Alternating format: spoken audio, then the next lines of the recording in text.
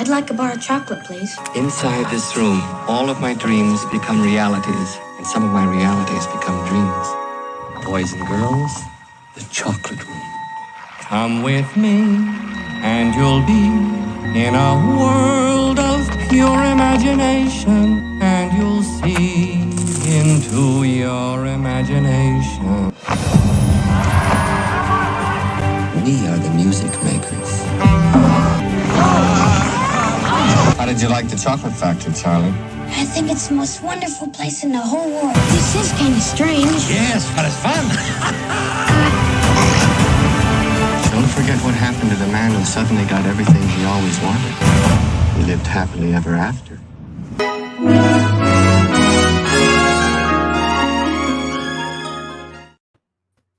Hello there.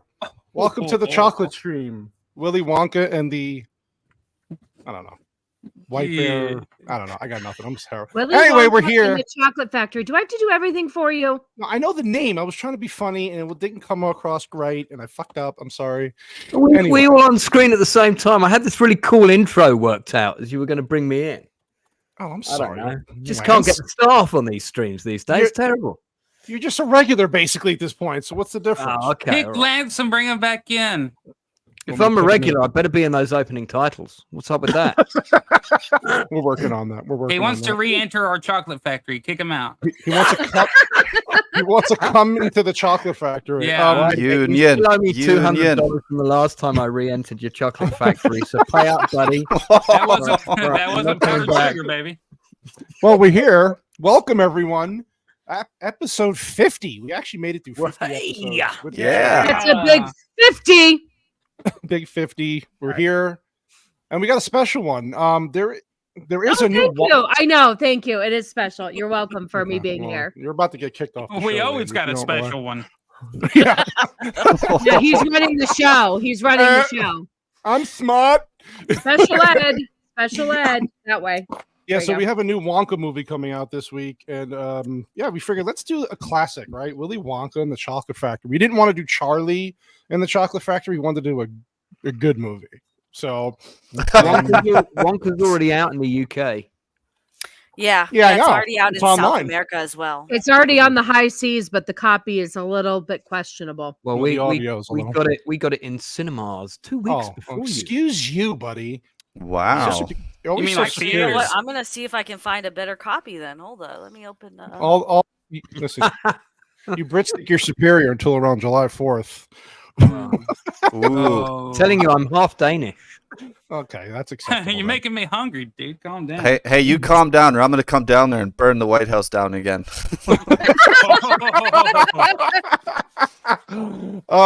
Yeah. So we have Willy Wonka and the Chocolate Factory, obviously an all-time classic. Came out in 1971. An American musical fantasy film directed by Mel Stuart from a screenplay by Roald Dahl based on the 1964 novel Charlie and the Chocolate Factory. Gene Wilder obviously is the candy maker himself. He likes to put never-ending things in people's mouths, and that's about all I'll say about that. So, yeah. She wishes. Roald Dahl didn't write that much of the screenplay, it has to be said. No. But no.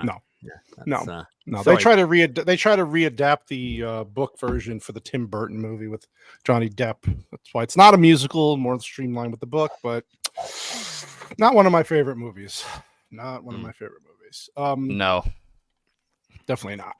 I'm not a fan of the Depp version. I have to say. No, neither am I. Not a even fan as a huge Depp fan, I didn't like it. No, he came across as a creepy pedo in the film. Yeah. Sorry, but it's not what I want from a Willy Wonka. Let's look like Michael Jackson and try to talk about kids. Yeah. Oh God, yeah. So, after a good start. Might as well get into it. Yeah, we're firing on all cylinders tonight. We might as well get into it. So, not a very long movie, but a lot to talk about. There's a lot of interesting theories that Vex is going to share about the story, and I think it's going to ruin a lot of people's childhoods. But that's why we're here. Oh, great! The Oompa Loompas control Hollywood. No, listen. That's a given. Hold on. Is the the German Austrian army word? Is that a flag word on streams, or can we say it? I think so. That is a word. Yeah. I would say it's probably a big one. Yeah. Okay, so Willy Wonka is a snozzy. Okay. There you go. There we go. Snozzy tastes like Yeah, snozzy. snozberries. The snozzies, a snozberry. Okay, sorry. How do we know this? Listen, there's several instances in the film that prove that at the very least he was a high-level SS commander, and this was also written going into World War II by Roald Dahl. So obvious and to top it all off, this was shot primarily in Munich, Germany. Oh, see, there you go, Canola. You were wondering. I was there you wondering. have it. Now I know. Oh, do you guys want me to sing this whole song for you? Roald Dahl was a British author, not a German author. Oh, I'm aware. I'm aware. Oh, But I'm just saying that it was written at a very questionable time in history. That's all. That doesn't necessarily mean he's an SS officer. I'm sorry, I'm going to have to demand more proof.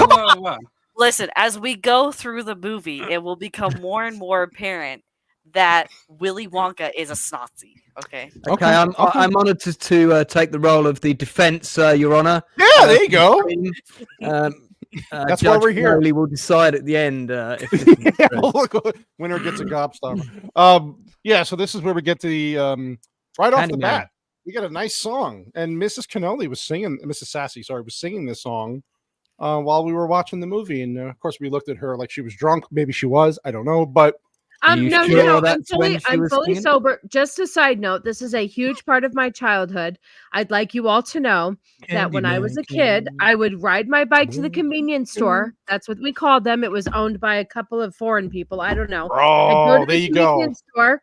I'd get a chocolate bar. I'd ride all the way home, and I would open my Hershey's bar, whatever I chose. Usually it was a Nestle's Crunch bar, and I would open it along with Charlie. I never got the golden ticket, but I pretended. That's racist, Adam. Is he giving him little micro dots? What we doing? Yeah, those are the micro dots. Yeah, the one. They're on the paper, and they. Yeah, it tastes like garbage. Opens the minds of those kids. Yeah, this is what was in there. Yeah, so you get the Candyman can song right off the bat, and they're talking about What was the Wonka's new candy bar? Scrumptious bar. I actually went to a sweet shop and asked for one of those because I thought we'd be able to get it, and I was very disappointed when they didn't have it. Cry. Well, I would be too, because what kind of place doesn't have a scrumdiddlyumptious bar? Yeah, nobody sang the song. I'm disappointed. Why didn't anybody sing the song? Twinkle it would do. Okay. Because of the Candyman can. The Candyman can. Singing it gets you a copyright? Yes. Okay, well, never mind. Stop singing. Hey! I didn't know. Don't make me come downstairs and beat you. I didn't know that if you sang it, I guess that does make sense. Bro, that's why you can't sing. That's why nobody sings anything on a stream. You can't sing a happy birthday. Yeah, not happy birthday. You get happy birthday. What about a variation of the song that's not the actual song? No, apparently. Whoa. There's a copyright on happy birthday? Yeah. That's why you don't hear it in movies, is because a family owns the rights to happy birthday, and they've been living off of that shit for years. You're joking, right? Hey, Whitey, how come Charlie's got your Christmas jumper on in the movie? You know what a jumper is? A jumper is a sweater. Your wardrobe? I learned reading a lot of books from England that a jumper is a sweater. It is a sweater. That is correct. Oh, okay. Look at beautiful. Just say sweater. Because they're British. They beans and toast. I don't fucking know, man. Hey, the toast is delicious. Say aluminium. Aluminium. Okay. So we get poor Charlie's he's a poor child. Can't really afford much, right? And he's just a dreamer, right? He wants to get out of his bad situation, gets to the candy place. He's always happy though. You ever notice that throughout the most of the movie? He's just until the end. Well, this is a nice message, because I think like what at least consumerism has done to children these days is like, this is a toy that you need to have in order to be happy. And all kids are just perpetually like, give me this, give me that, give me this, give me that. But Charlie's just fucking happy that he has his piece of shit grandfather at home buried in bed with his other 3 useless grandparents and his And- poor and- widowed And by the mother. way, the grandfather is actually also an SS officer. No, you know what? The Commandant grandfather of is just Auschwitz, a piece of according shit. to Beck. Okay, apparently he has to be There he bedridden is. all the time, but this fucker is hiding money. How'd you get that money, Grandpa? How? He's bedridden from all those SS executions that you're going to prove that he carried out. He's exhausted from all that, all those massacres. And by the way, that factory, that's the Munich Gas Works. Which is now mostly demolished. But the building on the right in the shot you just had up, that is still there, I believe. What they use that gas for? Manufacture Zyklon B. Nice try, man. He's got you there, lad. He's got you. Anyway, poor Charlie. Yeah, so this is where we meet the grandparents who are all. Look at these lazy fucks just sitting in the bed. No, she's knitting. Well, they're lazy fucks. That one on the right's dead. That one on the Looks right. like Robert De Niro in the back. I need to have a good dream. Yeah, he's stealing oil from Indians. I'm traveling down the Hershey Highway right now. So yeah, this is where we meet the grandparents, and so Charlie just got a job, right, as a paper, for a paper route. He delivers papers, right? So yeah, the Grandpa Joe's not happy about it, and that no, because he's going to eat cabbage water again. God, this is so bad. Grandpa, I'm tired of this cabbage water. Aren't you, Charlie? It's all we can afford. Look at this. Grandma Georgina gets a little startled here. She passes some wind while Charlie comes in and scares everybody. Well, with all that cabbage water, you got to imagine. you got to let it out, right? Can I just tell you, with 4 old fucks stuck in the bed and cabbage water on the stove, what that place must smell like? Oh, dude. Dude. I'm just saying, it's got to be just like a wretched fart. Wow. Okay, so the grandpa feels bad because Charlie's parents were actually sympathizers, and so he basically got rid of his own children, but kept the grandchild, to basically raise them because he felt guilty. He was hiding underneath the floorboards. Anyway, at least they're eating bread. And then, you know what? This is child labor at its finest. So I'm just saying, this is where must destroy capitalism. From now on, I'm paying for your tobacco that's going to cause you cancer and kill you. Yeah. Well, no, Charlie, I'm not going to give it up. No, I want you to go ahead and get throat cancer, grandfather. And he's like 96 years old too, Grandpa Joe, by the way, in the story. Wait. How old? He's supposed to be 96 years old in the story. Damn. What? That fucker looks good. Yeah. Looks good. There's another thing that the script or that the writer takes out too is Charlie's mother is not originally a widow. They made her a widow in this film because they wanted Willy Wonka to end up being the only father figure that Charlie has throughout the movie. But this is why the Johnny Depp version is technically not a remake of this. It's a more straightforward adaptation of the original novel. Because he had his father in the movie who was a dentist, and he explained exactly why. His dad worked at a toothpaste factory. There we go. Hey, can I give you a bit of trivia on this teacher guy? So if you've seen the science fiction movie Krull, this is Murgo the Magnificent in Krull, the guy who's like the kind of feeble magician guy. My favorite is when he goes, 2? How could you only just buy 2, Charlie? 2? We're not there. Dude, most of this guy's dialogue is like a Monty Python skit. I love it. Dude, it's 100%. Yeah, really. He's like discount Eric Idle. It's amazing. He was a really good actor, this guy. Really good character actor. Yeah, so he looks like dangerously British too. But what are they? They're mixing up a concoction. Well, he hands him nitroglycerin, basically. Yeah. It's just like, holy there you fuck. go. Here, Charlie. Here's the most explosive shit I can find. David Batley's the name of the actor. Yeah, so this is where the information comes that Wonka's going to do this thing because he's been kind of dormant for a while, right? At this point, right? Nobody's really heard from him. Yes. Yeah, and so the factory's been closed for a few years, and he's a recluse. Nobody knows. Yeah, and everybody finds out, and they're like, "Oh, the teacher at first goes, all right, everybody dismissed," and then they find what happened in between. Like they said, "No, never mind. It's only five. They're only allowing 5 people if they find it." He's like, "All right, no, never mind. Back to class." And then he's like, nah, never mind. So everybody's rushing to buy the candy bars where the golden tickets are going to be. There's 5 of them total. They're going to be distributed throughout the world, and whoever finds them gets to go to the factory and visit. So, yeah, that's basically it for the beginning of the movie. It's really self-explanatory. Gets right into it, and then Grandpa Joe passing wind with his dirty robe on. Think I've got a chance of finding one, Grandpa? Yeah. I love this montage we get where it bounces between all the different characters. It almost feels like Independence Day for like a few minutes. Dude, seriously, handled pretty well. I liked it a lot. Yeah, they did a good job with it because they're showing the importance of it and what it means to these people, and just how people get caught up in the whole, like Vex was saying, the consumerism and just the excitement of it all. It's just And I love the whole theme delivery in the scene with that guy where it's just like, I'm having these dreams, these thoughts about like a bright future. And he's like, oh, you need to stop that. That's just, you're going insane. That's all that is. You know who else had dreams of a bright future? Oh, God. Here we go. Failed Austrian painter. Just saying. I was wondering, what are the horns signifying this? Because look at the way they framed him there. That's pretty. Vex, any theories, Vex? Do you have any? Oh well, I mean, honestly, deer are usually a good omen, so I got nothing on this. I'm just wondering. Does it not mean that he belongs to the elk committee? Those same guys that appear in Bachelor Party, Tom Hanks movie. I don't know. I don't think they have elk in Germany. That's probably deer.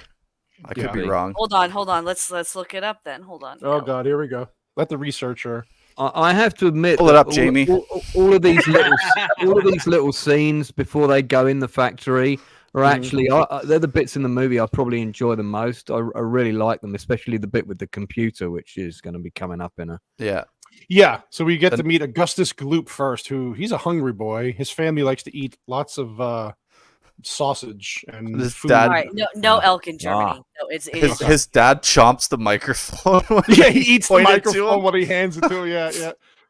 Oh God, this is so funny. This is mother. Yeah, the mom's just and then there's Mr. What's his name? Slugworth. Mr. Bigglesworth. You mixed it up. Cat. Yeah, he's played by an actor called Gunther Meisner, who basically played German bad guys for most of his life, and he was a German actor. He was in the Luftwaffe. Where'd he get that scarf from? I wonder. Like a cannoli connection over here or something. Oh wait, it's been a while. Yeah, it's been a while. Hold on. It's been a while. It's been a. Oh wait, I don't have. Sorry, I had to bring up the cannoli. Damn it, Whitey! Oh wait, hold on. Take the cannoli. What the fuck, dude? That's not the cannoli connection. What? Did you lose the file? I don't know where it is anymore. It's been so long. I have no idea where it is anymore. Okay. Yeah. Hey, God. Dude, This is what happens when autism takes over. Autism went full throttle there for a second. Okay, anyway, let's get back to the movie. If you guys were a fan of the Bridget Remagen, which is a great movie, he's in that as well. This actor. Yeah, so he's just like he starts whispering into the ears of all the children, but it's not creepy or anything. Yeah, he does a Joe Biden on all of them one at a time. Right up on it. Let me smell your hair. I'm not sure what that means, but I'll take it. It's bad. It's a president who sniffs a lot. Bit too much. That's all it means. Yeah. Yeah. Don't make me pull up video behind me. Oh, so isn't it his birthday, Charlie? It's his birthday, right? Mm-hmm. What? Coming up, yes. Yeah, that's why he gets an extra chocolate bar from Granddad. He's the red baron here almost. Yeah, and a nice scarf. Look at them. And he got so Grandpa Joe gives him the chocolate. You're right, Vex. Where did this money come from? If they're eating cabbage water and like bread, he bought honey. Remember, he used it that the tobacco. Yeah, well, the honey. Listen, too. You have to remember the mom washes clothes. That's where that dreadful song came from. Remember, he went to where she washed the clothes. I fucking Charlie. hate that song. When I was a kid, I fast forwarded all the time. But anyway, she does work too.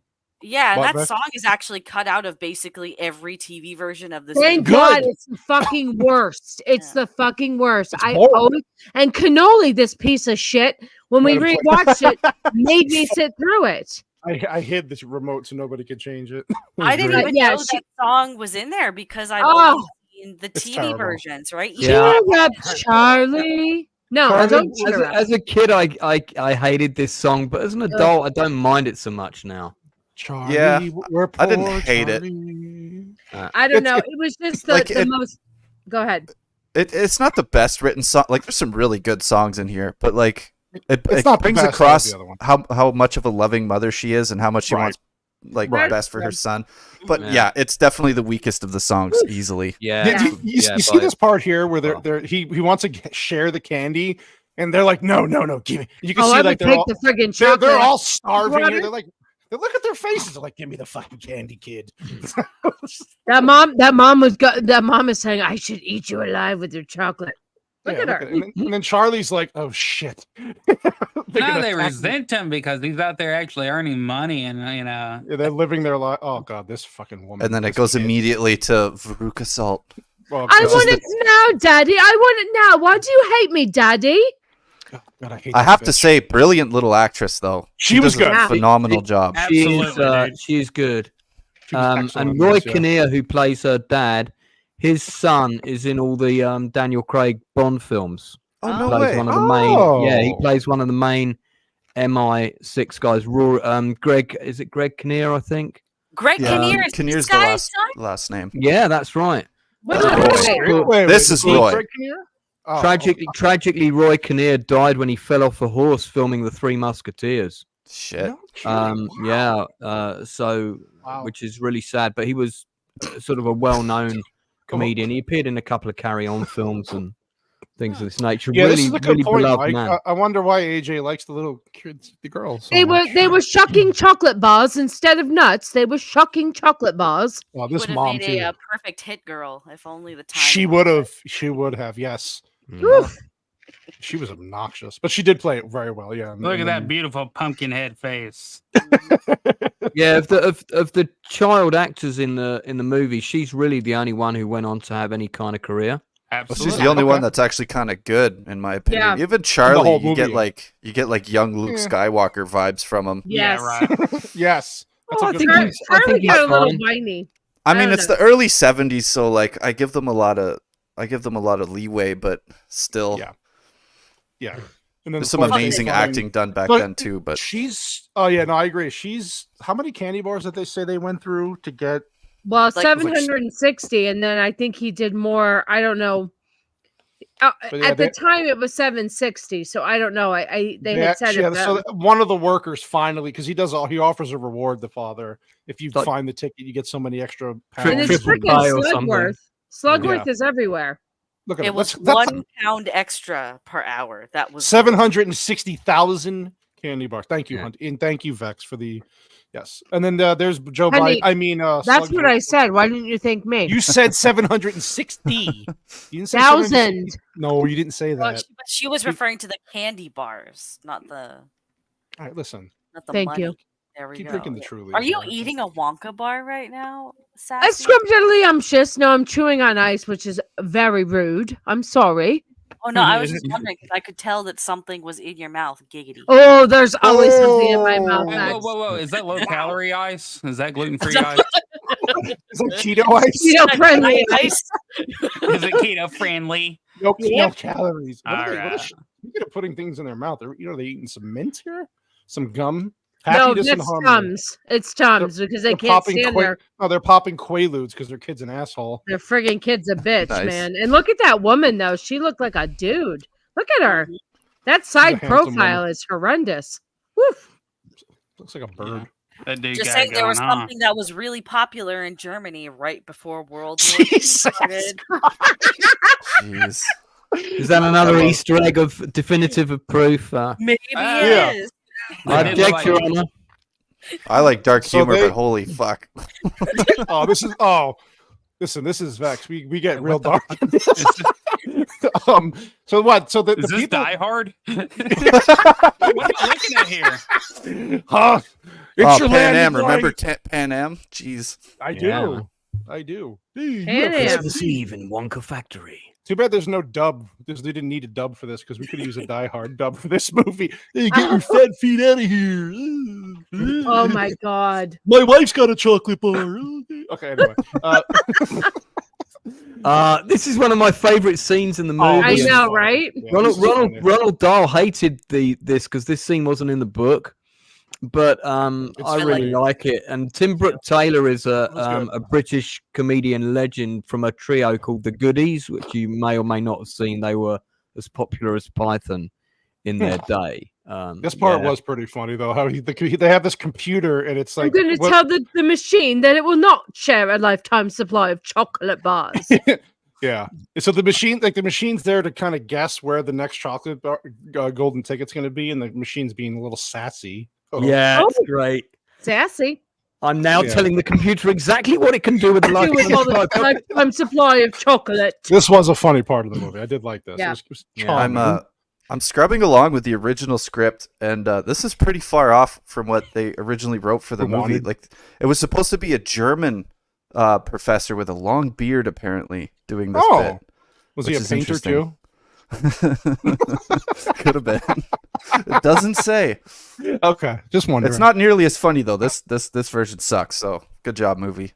Yeah, thanks, movie. Look at Charlie. He's like, you bastards. Also, this is where is this the second ticket at this point is found? Violet Beauregard. Yeah, this is the second one. Yeah. Look at that emoting. God. Yeah. So Mr. Beauregard is a local politician and he owns a used car lot. Yeah. So there she is, Violet Fines. If this girl was born, recently, she would 100% be some kind of like TikTok whatever. Oh, for sure. That vibe from her with that whole gum thing. Sadly, hi, Cornelia. Hi, you sweetie. Sadly, that actress is now dead.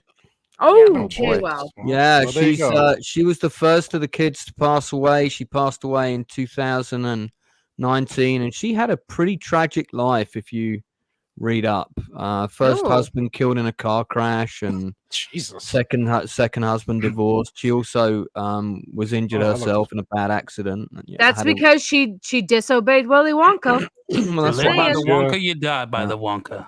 Yeah. Look at this, dude. This isn't a creepy shot. It's so. That looks like Gene Wilder got his revenge. That's definitely a Joe Biden move right there. Yeah, he's on the campaign trail, baby. Yeah, gotta smell some heads. This poor notice, Slugworth's got his own little theme tune for each of these moments. Yes, he does. Yeah. Where's he writes the theme tune, sings the theme tune. I want to know where his hand is in this scene because look at her face. Oh God. All right, let's move on. Yeah, move on. There's poor Charlie. Oh yeah, this is the song. Ready? I'd walk you home. Yeah, the cheer mom's up, Charlie. It's okay. You're a child laborer. I know I want a Wonka ticket more than anything. Why can't I have it, Mummy? I'm poor, but I should be lucky. Sorry, Beck, go ahead. No, you're good. You're good. This entire scene was shot actually at 1 a.m. Oh, yeah? Fucking horrible. That's a good bit of trivia. Mm-hmm. Why are we poor, Charlie? Because you don't work hard enough, Mummy, and you let Daddy kill himself. Oh my God! Wow! Hold on, we don't know that he killed himself. Hold up. And listening to her sing, maybe. Oh, okay, that's fair enough. Yeah, if he heard her singing, he'd be like, "Cheer up, Charlie." Okay, so we get this touching moment with the mother. Is look at poor Charlie. Actually, when you think about it, it's just like I get that they want to show that she cares, but it is a pretty. Oh, we lost Lance. No, who did we lose? I'm still Sassy. Here. Oh, sorry. We lost Sassy. I'm here. The most important person is still here. It's a pretty pointless musical interlude overall because it doesn't play into what happens later in the story at all. Right. I can understand why this was cut from the TV versions. Yeah, it wasn't necessary. And it's really long. It's really long and drawn out. And it's just like, who gives a shit? Poor fucking Charlie. Who cares? Let's go. It wasn't cut from the UK TV version. They just enjoyed torturing us. I have a feeling it was like a rushed or like afterthought thing because it is not in the original script. I can't find it. Oh, so it's just tacked it on later on. Mind you, there are a lot of changes. I'm having a hard time following along with it. Yeah, I'm actually curious what version of the script you have because so this movie had a budget of like $3 million back then, and a lot of the things that they wanted to do, they just didn't have the money to shoot. So there's a lot that was removed from the original script just because they didn't have the money for it. Have you got the scene with the Dalai Lama in that script you've got? Prince Pondicherry. Yeah, it was supposed to be in there. Oh wow! So he climbs up to the top of the mountain and asks for advice on life, and he says, "You have to give me a Wonka bar as payment." And the Dalai Lama opens the Wonka bar, and there's no golden ticket in it. And he says, "The lesson in life is disappointment." That would have been fun. That was a really funny scene in the movie, but no one laughed. Rub my head with oils. No. I'd love to see that scene because it's out there. If they remade it today, tell them to suck on my tongue and see if it tastes like a golden ticket. This is where we get to meet Mike TV. Mike TV is an Arizona boy, so he's one of my people. Can I just say something that I thought was weird? I watched the end credits, and that lady's real name in real life is Dodo. Dodo, yeah. She was a pretty famous actress. She's done quite a bit. She's very familiar. She looked like my grandmother. When Dodo Denny. Yeah. Mike TV, let me tell you where you could put your gun. Yeah, you're gonna grow up to be a YouTuber. Yeah, right. Talking about movies. Little do you know, 40 years from now, you'll have a YouTube career. Look at this fucking guy in his jacket. Goddamn, what a sign of the times. That's a proper Anchorman jacket right there. I was just gonna say, made for TV, baby. Yeah, and they're just talking about what's going on. Oh, look at this, Grandpa got him another golden. That was for your tobacco, Grandpa. I told you, Charlie, I quit that. Stop trying to give me cancer, Charlie.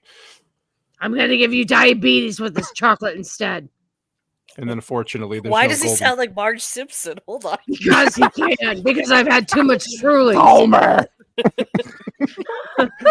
This is where they go. Yeah, go ahead. Silence. Yeah, this is the last box of Wonka bars. Yeah. And then I like this part where because they're doing the whole bidding thing, and he goes, "Oh, Your Majesty." Yeah, they're bought by the Queen for £1 million or something. The word you're looking for is auction. Oh, this is great. This bitch doesn't want to give up her husband for fucking Wonka bars. Yeah, that's great. I loved this scene. This was funny. How long do I have? Yeah, so they kidnap her husband and they want her Wonka bars, and she's just like, and the cop's like, "Miss, this is your husband we're talking about. How long do I have to think it over?" I'm like, "Yeah." Great performance from the actress. She plays it like dead straight. Yeah, it was perfect. It was really. I love how all these little episodic pieces they don't take away from like the flow of the movie either. Yeah, they're all just like these funny little bits that are just edited so well. Can I just say this was a good question? I thought the same thing. How the heck did the grandpa buy the chocolate? That's what I'm saying. Grandpa Joe is a piece of shit. Okay. Grandpa Joe's a piece of shit, and he's a monster. But I guess saying, Mom did? Oh well, Grandpa Joe obviously has a hidden stash of collected gold. How does he leave though? When the mom goes out, he just sneaks out with his dirty diaper on. But there's 3 other grandparents that would be witnesses to such actions. Thank you. No, he's like Fagin. He's got a gang of little boys that do his bidding and go out and get things. Of which Charlie is like the top boy. I mean, look at this foursome right here. Yeah, fearsome foursome. These old people have a foursome going on every other day. That's why they're just so exhausted all the time. So they find out that what was it? The last ticket was won because of some who was it? An Argentine. It is won by the South American. South American, yeah. Liquidos or Gritos has won the last ticket, and we don't know where he's from. We can't really understand you, but it's a funny scene. Do you think that each of them has a foot in each other's crotch? Oh my god! No, I'd say the arse probably. Buttocks. In the buttocks. Senior, wait a minute. Here you go. Adam says senior scissoring. Oh man, that's a good name for a movie. Cabbage actually, soup too. That isn't going to be a very. That's a good title for a film. Grandpa Joe breaking hips right and left. Oh God! This is Charlie's "I've just been abused" picture. What's going on here? Yeah, well, because little Charlie. Yeah, I mean, the last ticket, his hopes are gone. So they're like, let's not tell him. Let's just yell it because he's in the. He's like, room. Not only am I poor, but I couldn't even get a fucking ticket to this chocolate factory. This part was funny too. 2? What do you mean you only bought 2? I can't do it with just 2. So let's pretend you did 200. Yeah, I like the logic of the testing. It's like we're gonna have a test on Monday. Well, they did drawing dick and balls on the. Yeah. Get some time, he goes, if you got 150, other than getting dreadfully sick. Yeah, they're doing the percentages. They're learning percentages, and they use the Wonka bars as the actual. And then he's like, "How many did you buy, Charlie?" Just No, I can't do 2. Hang on, Sassy, is that you in the back there? Behind it is. Of Molly? course it is. There's me right there. That's definitely child Sassy actress, isn't it? This little bastard. You can really see the likeness, especially in that picture, because that's your cannoli come to bed face. Yeah.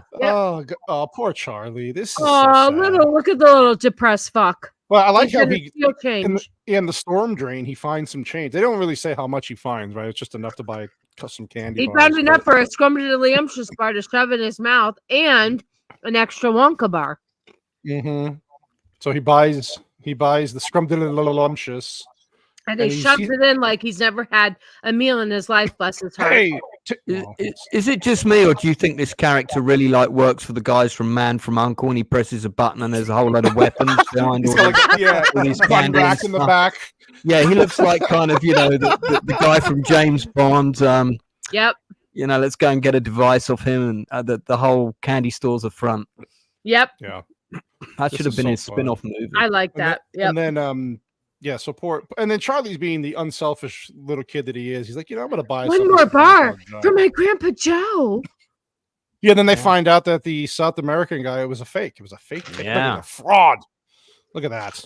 Look at this extra with his headshot that we didn't know what to do. I will stick him in the film. Here he is. Yeah, now it's the newspaper committing fraud, but anyway. Yeah.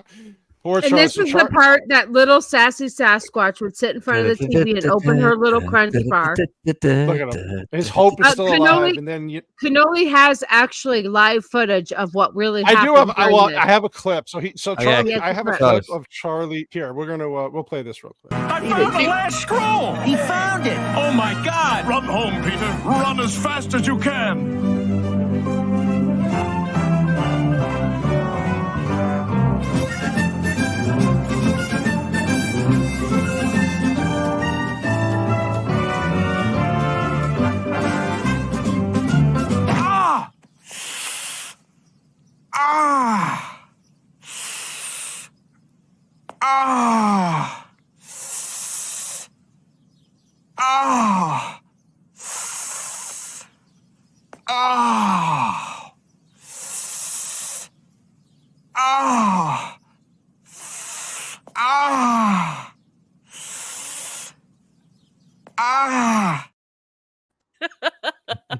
I knew you were gonna show that clip, man. I knew it. You had to play the whole end. Yeah, of course. You have to go through. Dude, you might get demonetized for that. That was quite a long clip. That's all right. Nobody watches my shit. Nobody watches the show. I watch it every week. Happy Charlie runs home and he's met with this. Hello, Charlie. Slugsworth. I'm going to give you 10,000 of these. If you give me your everlasting gobstopper. What the hell's wrong with his cheeks? Right? That's not and the octagon sunglass or the octagon specs. Like what the heck, man? Yeah, those are pretty unique. He's got a very model face. That looks like something Elton John would wear. There's a reason why he got that scar across his face, and it's. I was gonna say, how did he get that? He disobeyed Fuhrer Wonka. A direct order. Yeah. There you go. Oh, okay. The Austrian painter. Poor Charlie. Look at him. He's happy. Also, look at the. Yeah. And of also, course, I found that song that everyone hates. It's actually in another place in the OG script. The whole scene with the mom at the laundry is in a different place. Oh. It's after all the stuff we just went through. So, fun fact. This is the guy who visits you when Hillary finds out you know too much. You know too much. Yeah, look, and they don't believe him at first, right? They're like, no. Well, because he cried wolf before. No, they watch the news. They're misinformed. They are misinformed. And he cried wolf the first time. He said he got the ticket. So they're like, so they read the ticket and they kind of go through what the ticket says. And what is the date? It's like October something. It's the next day. And this is when, not for nothing, but if I was the mom taking care of these 4 fucking fucks in this bed, Jesus. And all of a sudden you get a chocolate ticket and you get the fuck out of bed, I'd be pissed. I'd kill him. Look at this. She's like, oh my God, it's a miracle. She's like, that's all I had to do was get you a ticket to the chocolate factory and you get the fuck up.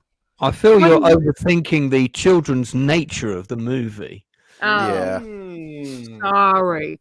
Well, when I was a child, I felt this was acceptable. When I watched it over the weekend again, I was like, what a fucking lazy bastard. Well, you can look at it as another way. The energy and the positivity of the youth around him inspires him to walk again. This is why you write books, Lance, because that is your analogy. Why is your Brooklyn accent coming out now, huh? Hey. Because I've had too many fucking Trulies, huh? Hey, what's the matter with you, huh? Hey, he's got a golden twinkle. Cannoli couldn't get over the fact that in my eye. No, Cannoli was very concerned with the fact that he had so much shit and like vomit and piss down in front of him. Like, look at this, it's all stained. Talk about a golden twinkle. What is he even doing? Talk about maybe golden showers. That's where he did his golden shower, yeah. Listen, like Lance said, you guys are looking too far into it. It's like how a baby burps up on his shirt. As a kid, you don't really, think about it. So it's all part of childhood immersion. He's been wearing the same thing for like 50 years, though. Like, what the hell? Change it. Can I just say again, what do you think that bed smells like? Urine, dry urine, and dust. Can you tell us? Did you buy it and install it in the Cannoli playroom? Yes. Yes. Lance, that was a secret. Oh man, yeah, but I didn't want to tell people you paid. We're gonna sell that on the Cannoli merch site. Whatever it smells like in that bed will be encapsulated in a little jar. Yes. A sass patch bed. Sass patch. I've got a golden chance to make my way. Yeah, so there's a lot of singing and a lot of joy, and Grandpa's got a cane and he's dancing, and he's getting dressed, and I just can't imagine what Grandpa smells like running around this room right now. Has he brushed his teeth? I mean, this is disgusting. Your mic is crinkling. Your microphone, yeah, you're a little. I think your cable's messing around. Yeah. I think it's the SS plotters. Oh, we're not there yet. We're getting there, though, Lance. We're getting there. Don't worry. We're getting there. We're getting there. People, is that better? Yeah, because the Oompa Loompas are Nazi experiments, right? A little bit. You're a little bit better, Seth. Sounds like your cable's not plugged in quite right. Yeah. Yeah, I'll tell you, cable isn't in right on most days. Wow. It's turning you into an entertaining Dalek, though, which is Hey, so do you know the story about the bit where Gene Wilder comes out as Wonka? He would only take the part if he got to do that full. Really? Yeah, the tumble. Yeah, he actually, when they called him in to discuss the role with him, he said, "I've read the script. I want to do this." When they first meet my character, and they said, "Why do you want to do that?" Because from that point onwards, the audience will never know whether I'm telling the truth or lying. So in the book, was that not even a part of it? Because I only read like 2 chapters of the book, for learning languages, and like I don't remember that at all. No, that was Gene Wilder's idea completely. It might be in the shooting script because he insisted on it at the very first meeting. So it was probably put in the script later. This entire exterior shot too is shot at a Toblerone factory in Switzerland. No, Barbara, we totally agree with you. Yeah, seriously. Yeah, this is where we get to meet finally. Now, mind you, this movie's been it's like only an hour and 35 minutes, 37, and this is like only 15 minutes left in the movie, and we finally get to see Willy. A lot happens from here on out. But them for kind of doing like a build up to the very moment, because the rest of the film you can only do so much fantastical shit inside of the chocolate factory, and also with a budget, so they made the best out of what they could to make you feel sympathetic for poor old Charlie. Yeah, look at I like how Willy Wonka comes out and he's like limping, and he looks like he's got something, and then that's when he does the flip. That's the thing. Bex, did you just say that you said this was filmed in Switzerland? It was. Wait, isn't Toblerone Swiss? Or is no, that's utter bollocks. This is the gasworks in Munich, Bavaria, West Germany. Bollocks. just the exterior shot. No, the exteriors of the factory were shot at the gasworks. No, I so can the promise far you. out ones, yes, but I'm saying where this specific scene was shot, it was outside of Toby. It's the same. No. It's the same place. No, I can tell you now that they did not take the cast to Switzerland to do one shot. Trivia, man. Okay, I triple checked it. What's the source for that? IMDb. No, that's gotta be. Oh, wah. Can I do a mic check? 1, 2. Does this sound better? Yeah, it does. Better. Well, if you look at the making of Willy Wonka and also the reunion, they go to the place where these scenes were shot and they show you, and I can promise you they're in Munich. It's okay, Lance. I believe you. I'm Lance, we'll accept you. Look, there's a little British. Very persuasive with his British accent. Yeah. I'm very persuasive. That's why they do all the damn biography shows. You believe the British guy, though. Yeah, don't believe everything you read on IMDb. How can anybody lie when it comes out in an accent? It's IMDb though. It's owned by Amazon. Of course, they're honest about everything. Yeah, of course. Yeah. So he's introducing himself to all the kids and yeah. So we finally get to go inside the factory, and this part was cute. It was. They get inside, and is this where they sign it? Oh no, the hands on the wall are actually. Yeah, that's a neat thing when it takes off his hat. Oh. Yeah. He's like, huh? Yeah, and he's like, there's always surprises around every corner, and then he has the kids sign a contract. Oh, hey, does anybody know? I mean, I'm probably maybe I just missed like something super duper obvious, but where is the factory supposed to be in the Wonkaverse? In the Wonkaverse? What is this, Snyder? I know, right? I know. Yeah, not everything was a cinematic universe before 2002. I'm just being a dick, but like, you know, where were they all flying to, or where were they coming to? You know. So one of the sorry, go ahead. No, go on, you go. Okay, no, one of the things that the director said is that there's a lot of things he did intentionally, so this movie would feel not only like whimsical but also timeless. So the fact that they don't mention, like, you'll see like the German and American and UK flags when everyone's outside the factory. So that's really your only indication that this takes place in the real world, but it's meant to be a bit fantastical. But like some of the shots later on, like when Charlie's in the glass elevator, like, for sure that's Munich because there's part of a very notorious crater that you can see that was near the filming location. But it's and even like the reason you don't see any cars or very few cars, for example, is because the director wanted this to feel timeless, so you could watch it any year and anytime. It would feel that's a cool touch, right? So there's a lot of little things that they chose to do just to make this movie seems so like more magical than like magic come to life, so right? it's either Narnia or the Vatican or Munich. Okay. If you look really closely in the background, you can see Steve McQueen jumping a fence on a motorcycle. Yeah. Oh yeah, the great. Oh god. If you look at the extras in the town scenes, you'll see that they've got clothing from various different countries. So some of them are dressed like Americans would dress, others are European. The idea being that the town where the factory is could be anywhere. Yeah, they I like this part here where they're trying to get to the door inside to get to the part of the factory. It's like an enclosed area. It's really small, and this part was funny. She's like, "Somebody's touching me," and I'm like, "Oh, okay." Well, yeah, it's Grandpa Joe. Grandpa Joe's like, he hasn't seen a woman in like an actual, functioning woman in a long time. He's with the cabbage water people. Fresh ass. There you go. Yeah, this part was Cannoli, I've got a shot for you of the town. If you want to see it real quick, there you go. Oh yeah, That is the town of Norlingen, where they shot most of the town scenes, and also it's not far from Munich, but it's not in Munich, which is where the studios and the factory and the gasworks were. Nice. So, this is also where you get the elevator shot at the end of the movie. Yeah. Nice, very nice. Pretty. Yeah, it looks like it's made out of Lego. Yeah, it looks like something you would. It's like a nice fantasy land. That's why it definitely fits. It's a good aesthetic for a movie. And then we get to go into the factory here finally, and then he's like, I guess everything's just like getting smaller. You missed the very first time that he said strike that, reverse it. Yeah. Yeah, well, that's why that's okay. Is he about to start rapping? Yeah, strike back and reverse it. You're not leaving me through that tiny door. I think that's a Missy Ellis. Whoa. Missy Ellis?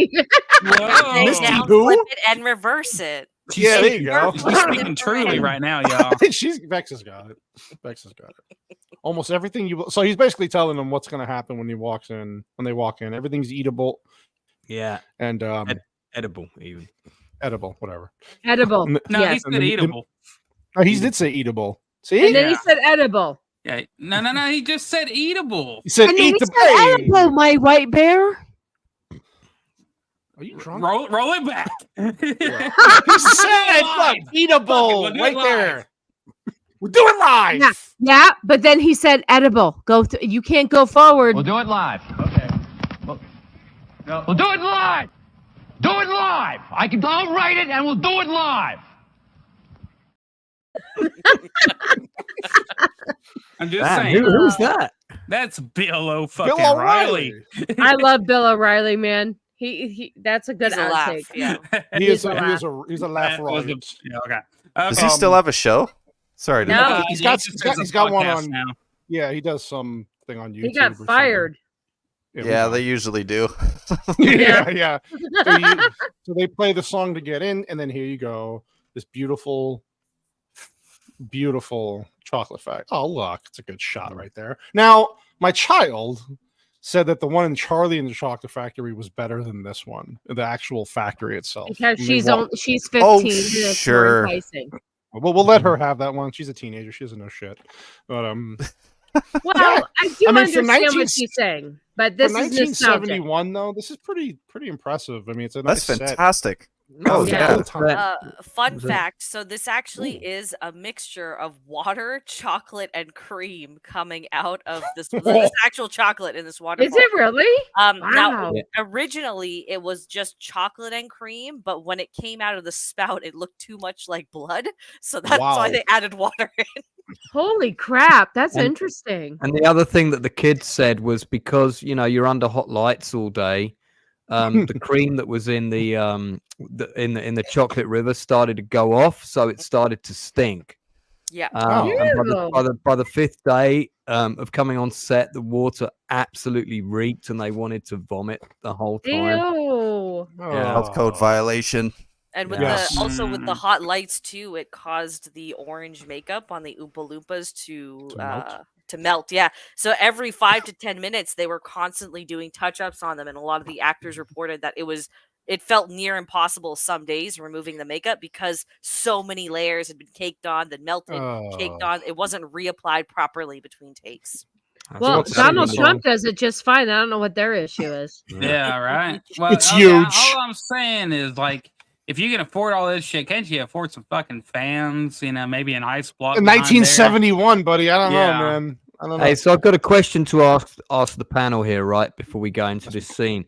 Did any of you pester your parents to take you to a confectionery or candy factory because you thought there was going to be a room like this in there? Because I sure. No, my parents hated me and didn't give a shit, so I never asked. No, we lived in Brooklyn, so the corner store, the places for candy were like mob hideouts. I was gonna say there's no candy factory or outlet in Canada until the last maybe 5 to 10 years. So as a kid, this wasn't like you guys have the M&M store in the US and I didn't go to an M&M store until I was in my 20s, and that felt like my Willy Wonka moment. But I never experienced anything like that before. No, I had to take myself to the convenience store on a bicycle in July in Arizona to get myself a chocolate bar so I could feel one with the movie. No, my parents never gave a shit. So unfortunately, no. Yeah, man. Okay, sorry I asked that question. Jesus, look what you brought up, Lance. The pain and suffering. Let's move on. I thought that was going to be a fun topic, but we'll move on swiftly. Well, like I said, mine were mob hideouts, so if I go in, I might not come back out. So what are you going to say, Whitey? Unfortunately, my parents were white and they were working all the time, so we never had time to really take care. What are you trying to say? It's all right. White people are the only ones who work? Yeah, this is. Hey, we've gone off the rails so much. Oh, anyway, he sings a beautiful song here. That's probably the most popular song in the whole movie. Yeah, I would think, right? Yeah, that song is actually a wonderful piece of music. It's good. It is. It's good. Okay, here is where I'd like to present my first evidence for Willy Wonka being a snotzy. Okay, He's taking the kid's hair. I'm waiting. He waiting. pats that child's hair, right? And Yeah. you know, at first you're like, okay, that's a little bit weird, but then he plucks a hair out. Now, failed Austrian painter had quite the interest in like eugenics and stuff like that, and quite enjoyed using children as experiments. So another reason why children specifically were the target audience for all these golden tickets. There is Exhibit A. Probably. Okay, can I advance a case for the defense, Your Honor? Yes. I'm going to go on camera for this. Willy Wonka was very concerned with hygiene with children coming into his factory. And in that sequence, he is merely checking the child for evidence of nits. Ah. Okay. May I counter that argument, Your Honor? Please. To counter that argument, he almost lets a child drown 2 minutes later in his chocolate. And he says, the whole river's written off at that point. Yeah. What does he say? Oh no, stop. Oh no. But he also knows that the river will kill the nits. So, you know, it's a double edged. It's a river of chocolate. It's not going to do that. What's a nit? Like a gnat. Head lice. Like head a lice. Like, oh, okay. It's lice for white people, Whitey. Real white people. Canoli, I've got a shot of the exterior of the factory for you here as well. There you go. So this is the real location. This is all that's left of what was the factory exterior, because most of it's been knocked down now. Oh, that's depressing. You know, McDonald's used to look like. And as you can see, this is in Munich, Bavaria, not the Toblerone factory in Switzerland. Aww. Are you using ad block? I think it's time to take my screen down there. There we go. Is there a reason why most of it was taken down, or just over years with development it had? Yeah, it was redeveloped because it was redeveloped. Yeah. Gotcha. Yeah. She looks like she's eating something fun. Doesn't look like chocolate, but hey, she's pulling brown stuff out of a hole. I don't want to know. Okay, well, one quick thing to add to the case here is we all know. Yeah, to add. To add for the case to the defense, Whitey, I hope you. Defense or the Okay, well, I'll be a neutral party here. Oh. Okay, Nazi bear, proceed. Blonde hair and blue eyes. Let's see who ends up winning this contest of. Oh, that was going to be like Exhibit X, but yeah, we're on A, motherfucker. I'm just saying. The first kid that dies has got blonde hair and blue eyes. I'm pretty sure, and he looks like a fat SS man if there ever was one. Augustus Gloop. Yes, but he's not in good health. He's not. I think you should change the name of this stream, Canoli, to "Was Willy Wonka an SS Obenführer?" SS agent. Can I just add real quick? This is my favorite part where he takes a bite out of the cup. Yeah. That's classic. Thank you. Yeah, that was good. Oh. Yeah, I tried that with a teacup the other day. Didn't work out. Wait a minute, Lance. Did you chip your tooth? I did. I'm missing 7 teeth now. Damn it! Didn't work out. May I present Exhibit B? Yes. Okay. Do. Exhibit B. So all these children come in, and of course the fatty falls into the river of chocolate. Okay. Right. Now, I'd just like to point out that there are many documented instances in which several cities rivers of Jewish blood flowing throughout the cities.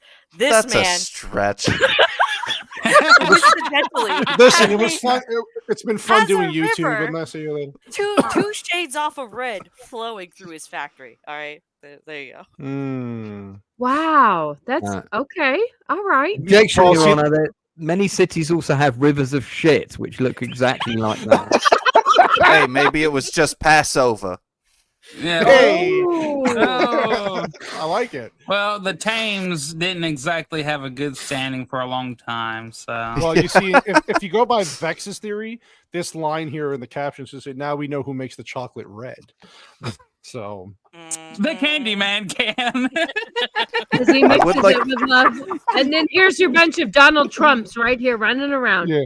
I would like to point out something here from the original script. These Oompa Loompas apparently were supposed to show up in a Volkswagen that popped out of the trees, which I think it would have been hilarious.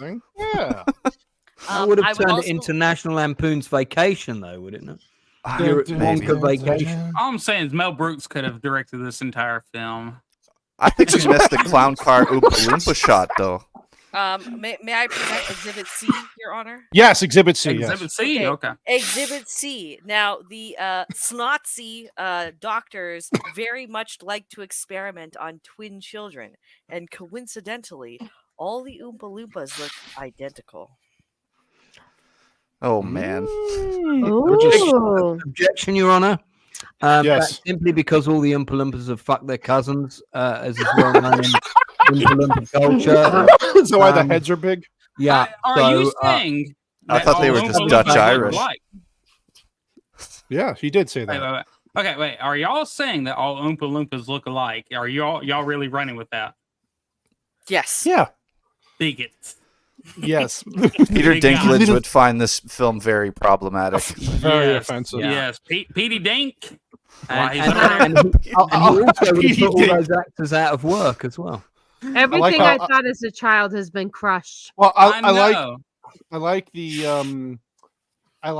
how he's trying to explain where the Oompa Loompas come from. She's like, I'm a teacher in geography. I've never heard. Well, first of all, this dumb bitch tells her fat fuck father that I want an Oompa Loompa, Daddy. All right, Veruca. All right. I want it now.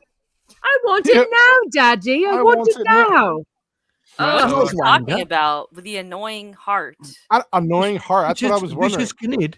Okay, so you probably updated your YouTube app and you're seeing a heart at the bottom right that you can click on, and unfortunately we cannot get rid of that. That's YouTube. That's just YouTube. Smash the like button. Smash the hot button if you would, please. While you're pointing Percy at the porcelain, smash the like button. Smash the like button.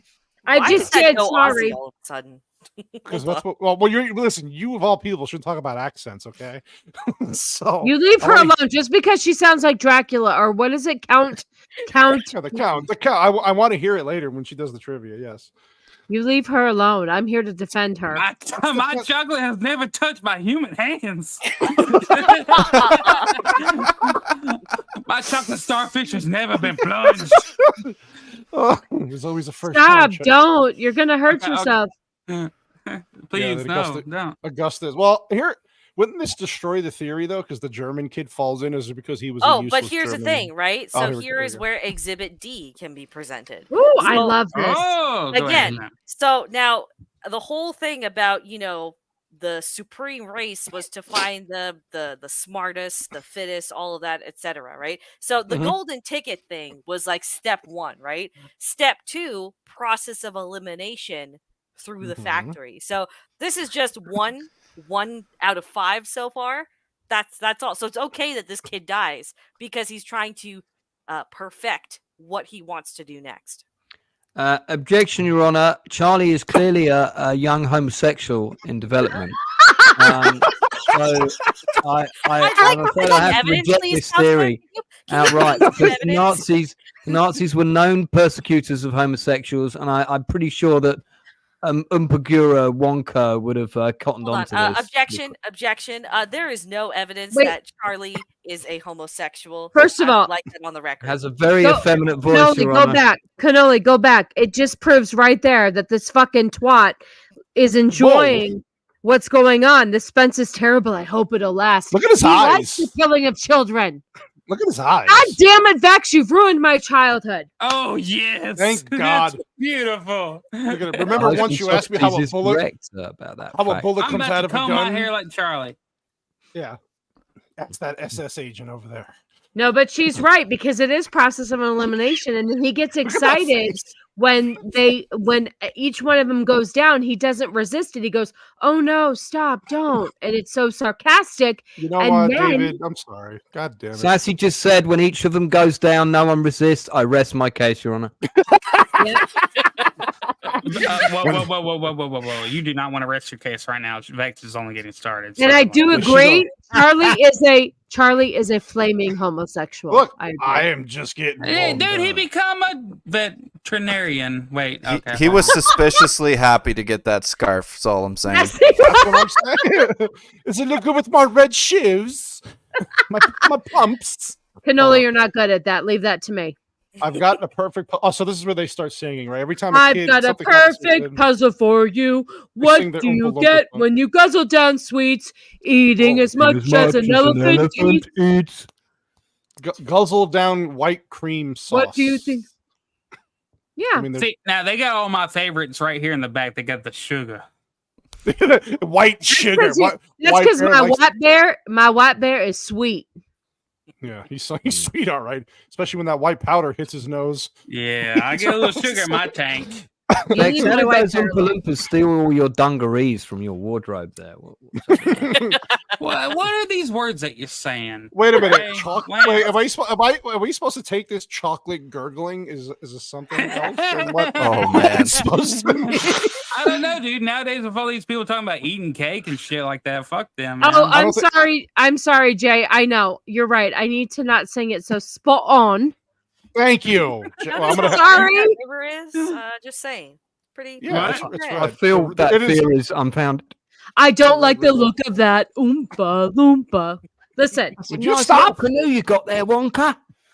I'm gonna have like 18 emails tonight that I have to like cut half the show. Listen, don't worry, Cannoli. I'm like 400 hours and like 28 subscribers away. I'll take over being monetized, and you can take it. I'm not gonna hold my breath. You, man. Are you gonna let her wear the pants, Cannoli?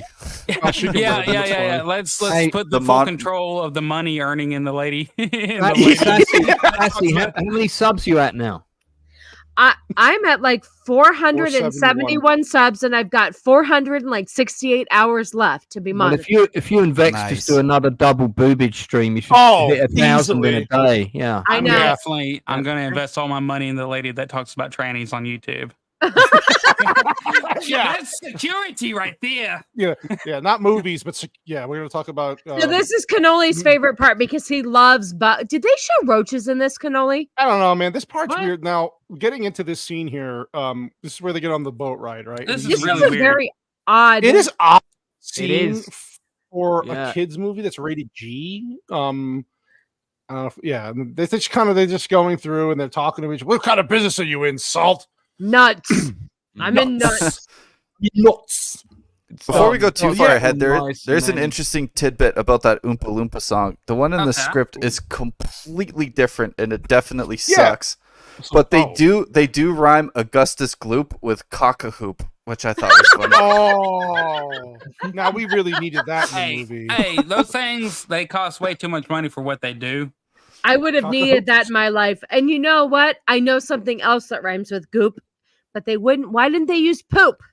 Poop. They did use nincompoop.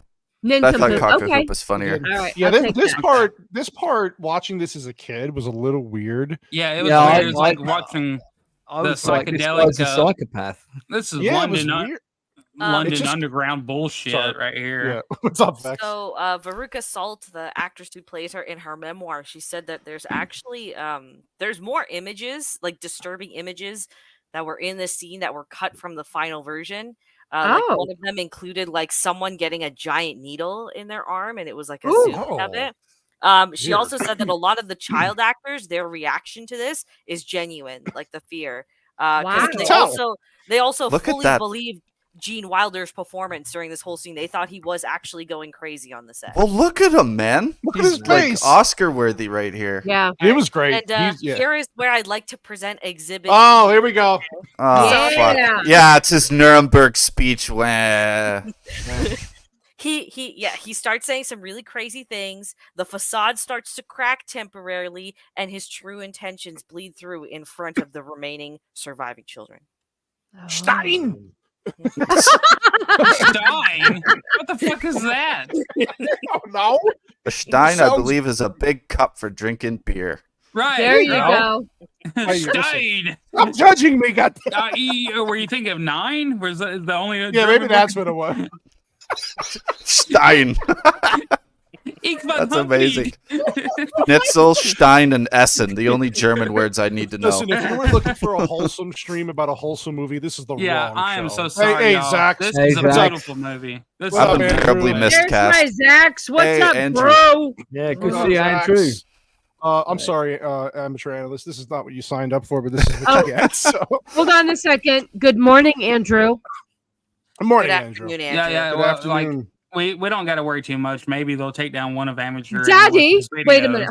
I was a very wholesome YouTuber before I met all of y'all. I know. Oh yeah, we corrupt people. Daddy, I don't want to vote like this. Not anymore, Daddy. It's almost like they wouldn't take down one of your videos or something, analysts. This is where they took down one. It may or may not. Oh, I can't hear you. Got muted. You muted yourself. Muted you. You got too trulied up. Oh, I need some drinks. Sorry, girl.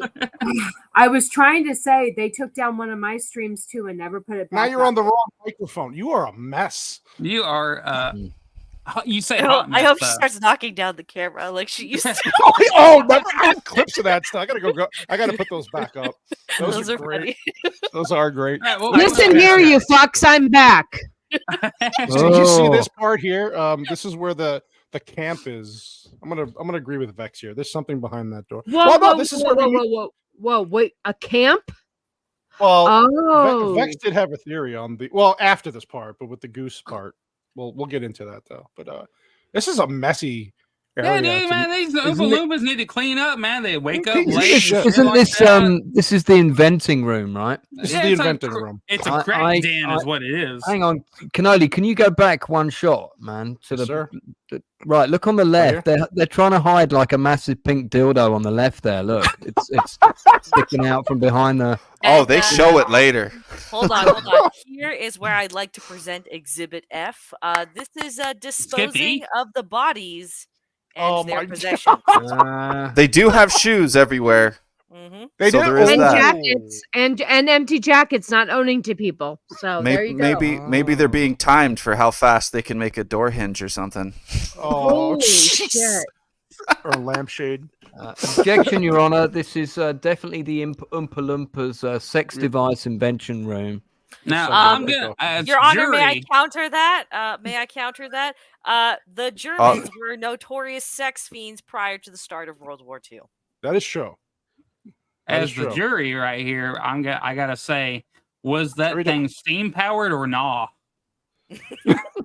That's eco-friendly. That's eco-friendly. We care about that. You know, this movie was much more fun when I was a kid and naive. Dude, it was more fun when I watched it earlier today. It's right? We didn't think of that shit. No. This all started with Vex in the chat. I got all these theories about snot. Yeah, so I felt like a kid again for the first time in decades. Right. Come on, though. He was a Nazi. Canoli's sitting on the couch before the stream, and he's like, "Oh shit, Vex is coming with the theories." Vex has got some good stuff. See, those are the bones right there of the people, right in the.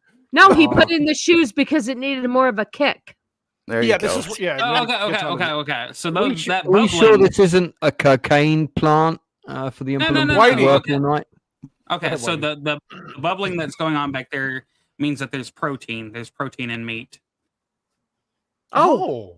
So whenever you pee into a toilet and you're like, oh man, there's a lot of bubbles coming up, that means that there's extra protein in your piss. So that is true. What it means? Yep. That is true. I've heard that before. Look for my TV here. My it concerns me that you're so au fait with this, Whitey. Yeah.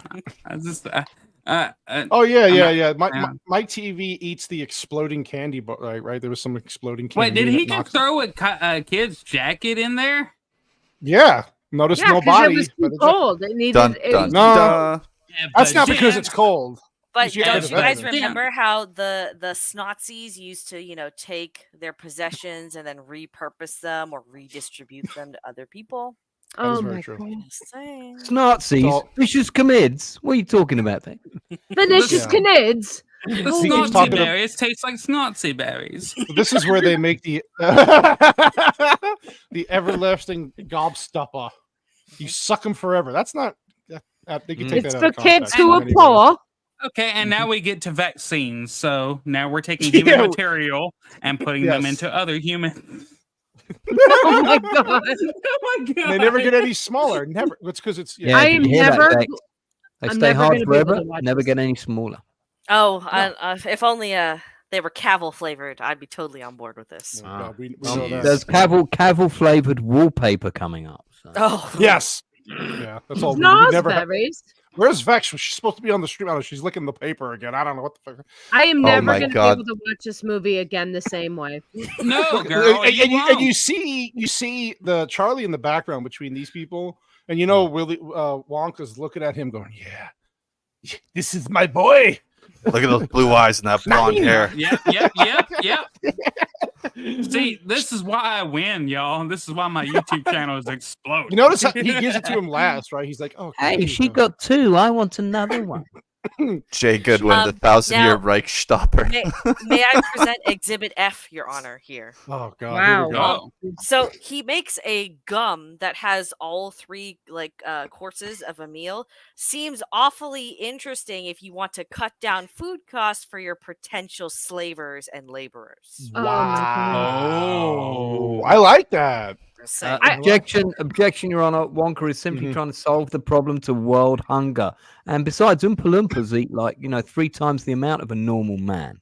Well, to be fair, a German artist was trying to destroy the problem of disease. That's true. He's trying to eradicate. Mike is right. It is Exhibit G. She's already done F twice. Yes. Yeah. We'll keep her on the alphabet. Can I just say that I can't even believe that this movie is going in that direction. Oh no! Well, with us, and now he's literally showing them getting beat down to a pulp powder. It's the fisting machine. He's fisting children now. I have a feeling White Bear has this in his house to break down white substances. Or something. Just saying. And then there's blood. I only process chickens, not. So this is where he comes up with his next thing he's trying to invent, which is the candy that has it's like a 4-course It's meal. gum, dear. It's gum. Or whatever. I'm surprised he didn't get Grandpa Joe here. He's like, Hey, look at a Grandpa whole meal Joe. in one piece of I want gum. some food. Well, I haven't eaten in 20 years. My old ass wants some food. I got my wife shitting liquid cabbage next to me.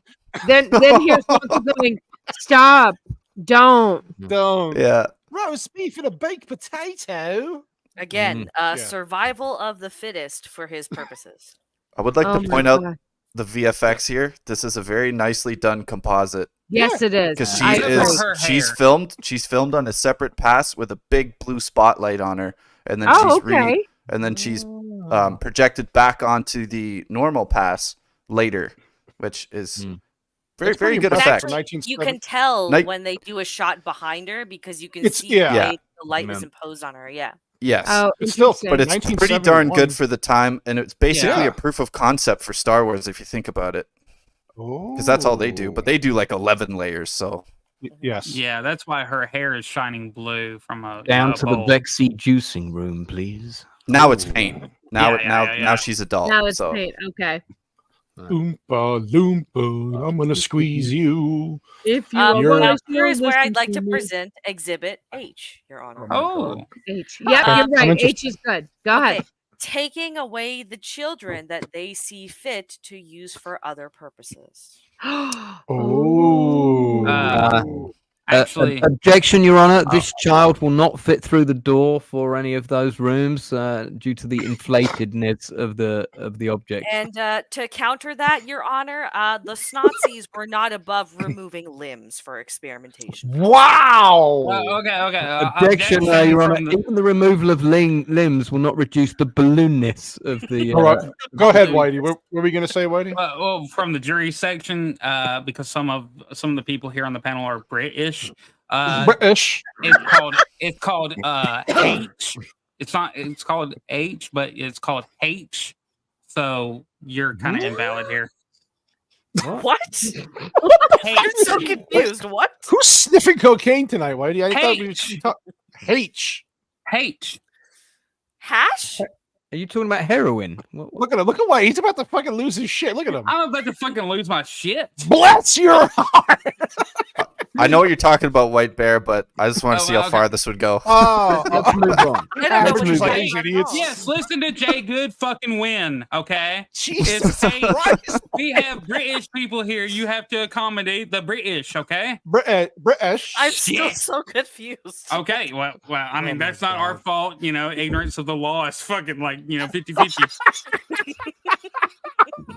Hey, not everyone in here is Cockney inclined, all right? Yeah, Cockney. We don't have Cockney.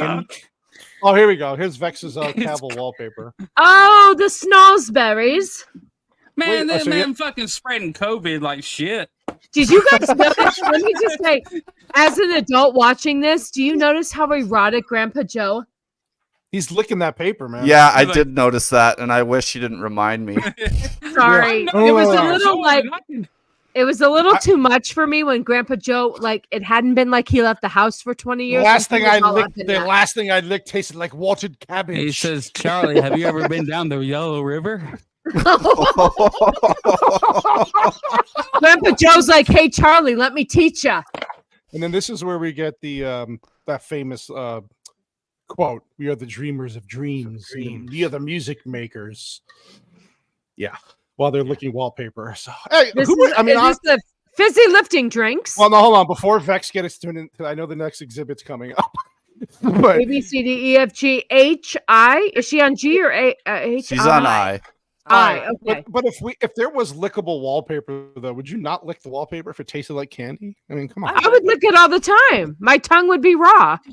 Yeah. Oh, wow. I have other things. Never mind. If it's Henry Cavill's wallpaper, I know where Vex is. Sorry, Vex. Go ahead.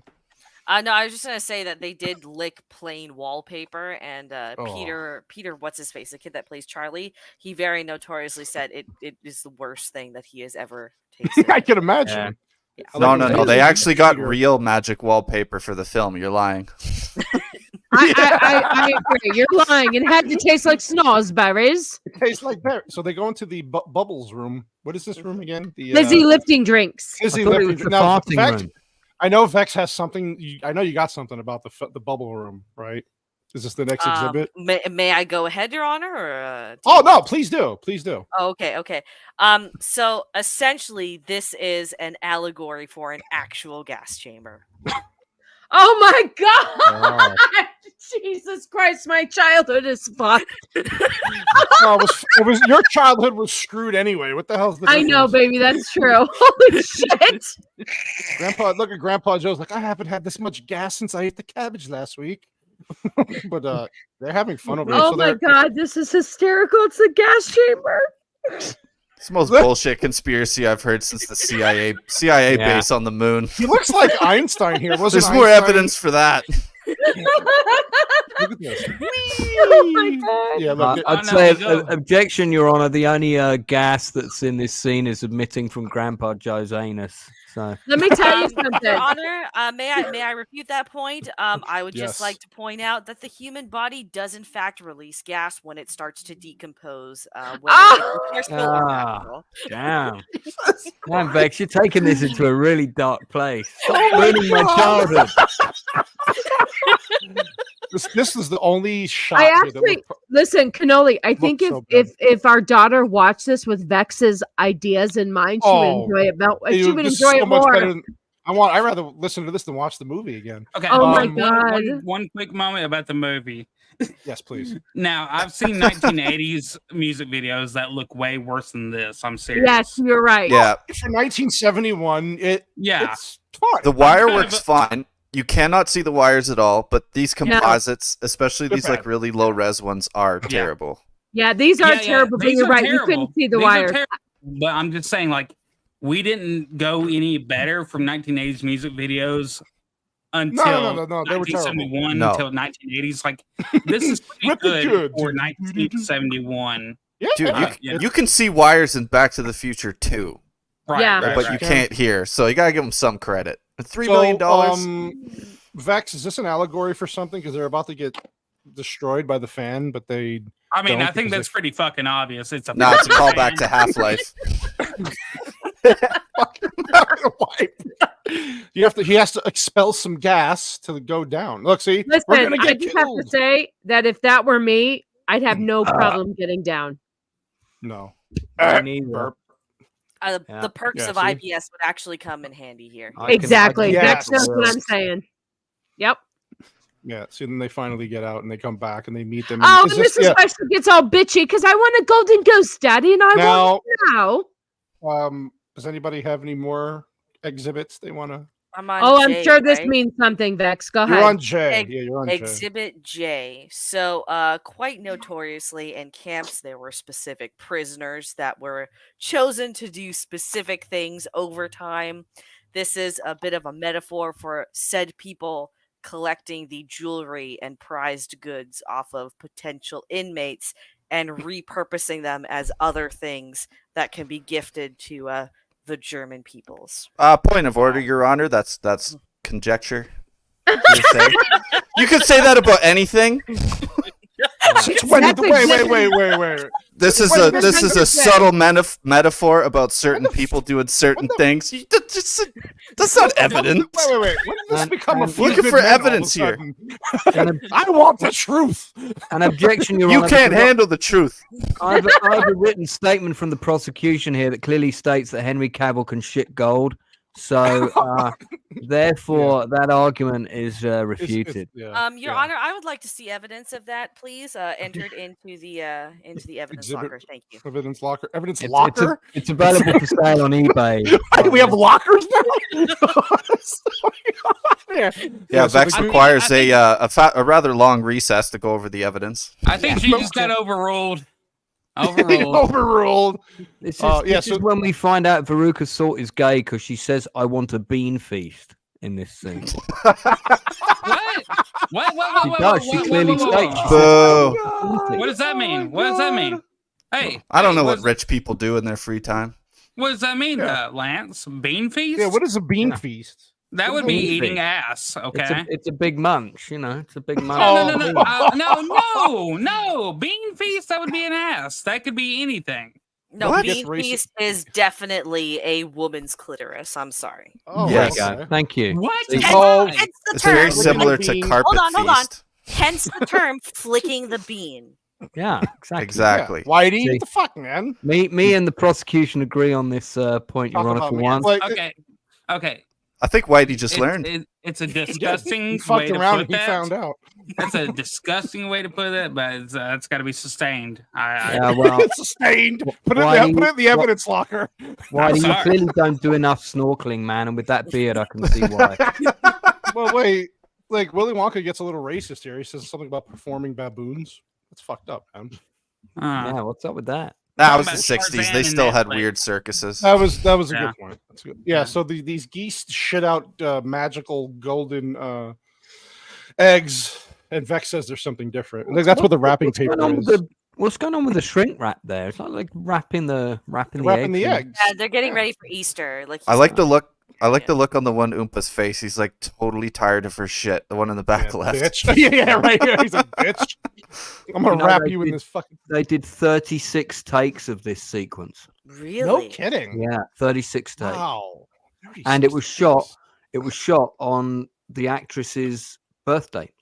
No kidding. Yeah, all in one day. Why did they have to do 36 shots? Actually, I think they just shot the scene 36 times Just to get with it a right. couple of cameras.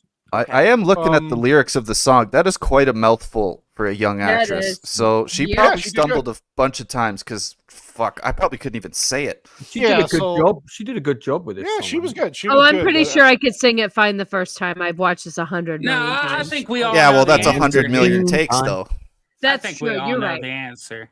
You're gonna make me good. You're gonna make me Kubrick. Is what the answer is. This is where so that the goose, the scale they have tells you if the egg's good or bad. Of course, if she gets on the scale, she falls through. She's a bad egg. Well, see, that's very Nazi-like because it's very black and white. You're either good or you're not. That's true. So that's one And piece of didn't it go- evidence. Didn't it go to the Exhibit garbage? A will chute? say. There you go. Yep. Dude, stop introducing extra facts late into the day. Yeah. Put it in What side the are you locker. on? Oh, look at this. Wow. This isn't creepy. If you saw this, You don't want to wake up to that in the morning, do you? Amateur That's the- No. God. Look at these graphics. Like it's just God, man. This is like Atari computer. In television. And I like how in this too they said who's to blame, the mother and the father for a spoiled brat. I know these like base Oompa Loompas over here. Like maybe you shouldn't walk out on your kids for cigarettes and milk. Yep. That's the theory, Beard. That's the theory. Yep. Menthols aren't the answer. I'm just looking over the original script, seeing if they have any tidbits about minorities or something. Oh shit! Oh, Jesus Christ. Well, there is a reason that only white children won the tickets. Just saying. Oh, tell me, God. what is it? You know why? She's been explaining it for the last. I wanted her to say it out loud so we can get canceled. Oh wait. It's gonna happen anyway. When no, we already said COVID. We're screwed. So that's true. We're done. Earlier. Oh, I said it again. God damn it! Hey, hold on. I'm talking about jury here. Lance earlier said that the main character Charlie there was gay, but that was actually one of the things that the offense is saying that he was against. So that is overruled and thrown out. False. Oh. Take it out of the evidence locker and throw You it just away. said you're a member of the jury, so you can't be judged as well. Hey. I'm judge. I'm the judge. This is like such a fix. We need to get Beard and Liberty in here to. I'm Judge Dredd. I am the law. I'm just saying, like either way, over fucking ruled. Do you know that the actors when they got this gunk on their costumes and everything, all their costumes were completely ruined. And what was this stuff? Is it just like it was cream. Marshmallow cream? It's actually whipped cream. Like probably just soap bubbles. I don't know what else would expand like that. No, it was a lot of soap bubbles and now, stuff like that. So they're writing the Wonka Mobile, and so this. How do they do this part back in 1971 exactly? Well, what they would do is they would film the foamy part after, and where that wall is, it's just two separate cuts. Yeah, so that's how they would do that. Not bad for the time, though. I mean, again, it's clever. It works very well. It still works. Well, that was the thing about back then. You'd actually have to like think through some of your effects instead of just throwing your script at a C and just be like, "Go, do it." I like how Grandpa Joe says this is the best bath he's had in 20 years. That's great. He must have smelled wonderful. It's the only bath he's had in the last. Exactly. Did you see all those piss stains on the front of his shirt? This is where we get the mic. If I may, that entire marshmallow foam sequence, Exhibit L, Your Honor, white cleansing. Oh. Oh, Jesus Christ. These are getting worse and worse. Well, she's getting close to the end. I need clarification. You mean whitewashing or white cleansing? He is cleansing the remaining contestants or heirs or suitable subjects to make sure that they are prepped for the final leg of this quote unquote tour. Okay. Thank you. Okay, thanks for clarifying. Put it in the locker. Fun fact: I was in a stage production of Charlie and the Chocolate Factory, and I played Mike TV's dad. No kidding. Yeah. Man, I got to put him in my pocket at the end of this scene and accidentally squash him when I patted the pocket. And then like, oh my God, Mike, speak to me. When were you in that production? Do you have? When was this? That was in 1983. Do you have any photos at all, or? Yeah, do we have actually, I do have a photograph of the lead cast, but because I played one of the parents, I'm not in that picture. But I've got the picture of the guy that played Charlie, Grandpa Joe. A girl played Willy Wonka, ahead of its time, clearly. Way ahead of its time. Yeah. And the other kids. I got all the other kids grouped together, and it was good fun. That sounds amazing. So this is where they get the TV part where he can take something big and shrink it down and put it in a TV. Again, for 1971, pretty, not bad. Yeah, well, I thought this was quite cool, this whole scene. This is where I'd like to present Exhibit M. I knew this was coming. So this is basically all a metaphor for how Josef Mengele liked to take body parts from certain children and implant it into others. In a way of like transmutationism, trans people are my friends. Holy shit! Objection, Your Honor. The prosecution's a cockwomble. I have to object. He's a cockwomble. Haven't heard that one before. Yeah, wow, that's a good one. Look at this bit. He's like, wow, I just learned about this whole movie and what it's really about. Holy shit. That's her reacting to Vex's theories. Yeah. This bitch is crazy. Speaking of trans, she kind of looks like female Mel Brooks. Yes. Oh my God. Comb the desert. Yeah, that's so funny. Yeah, so they basically took Mike TV. He's an anxious boy. He loves TV, right? That's the whole thing. That's why his name's Mike TV. So he decides to push the button on the giant machine that shrinks everything, and he gets into the TV. It's really smart. It becomes a set that he climbs on, which is excellent. Yes, that's pretty good. Very well done. Gonna have a little dick forever. You call that unharmed? Yeah, the mom's very upset about this. Look at this. And then she's on a projector screen. Yeah. I'm famous. I'm a TV star, and then they actually take him, and they're gonna get him back to life size. I won't hold you responsible on a taffy puller. One of the Oompa Loompas is still alive, man. Really? How old is this guy? Yeah, Rusty Golf. He's 75 now, and that for someone with dwarfism, that's a pretty good age. That's pretty wild. Yeah, we gotta fix that.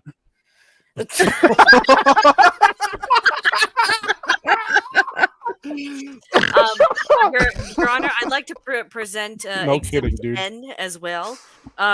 So clearly, the only American who would have been the most significant threat, we'll say, to Nazi Germany is the one that is forever entombed inside a television.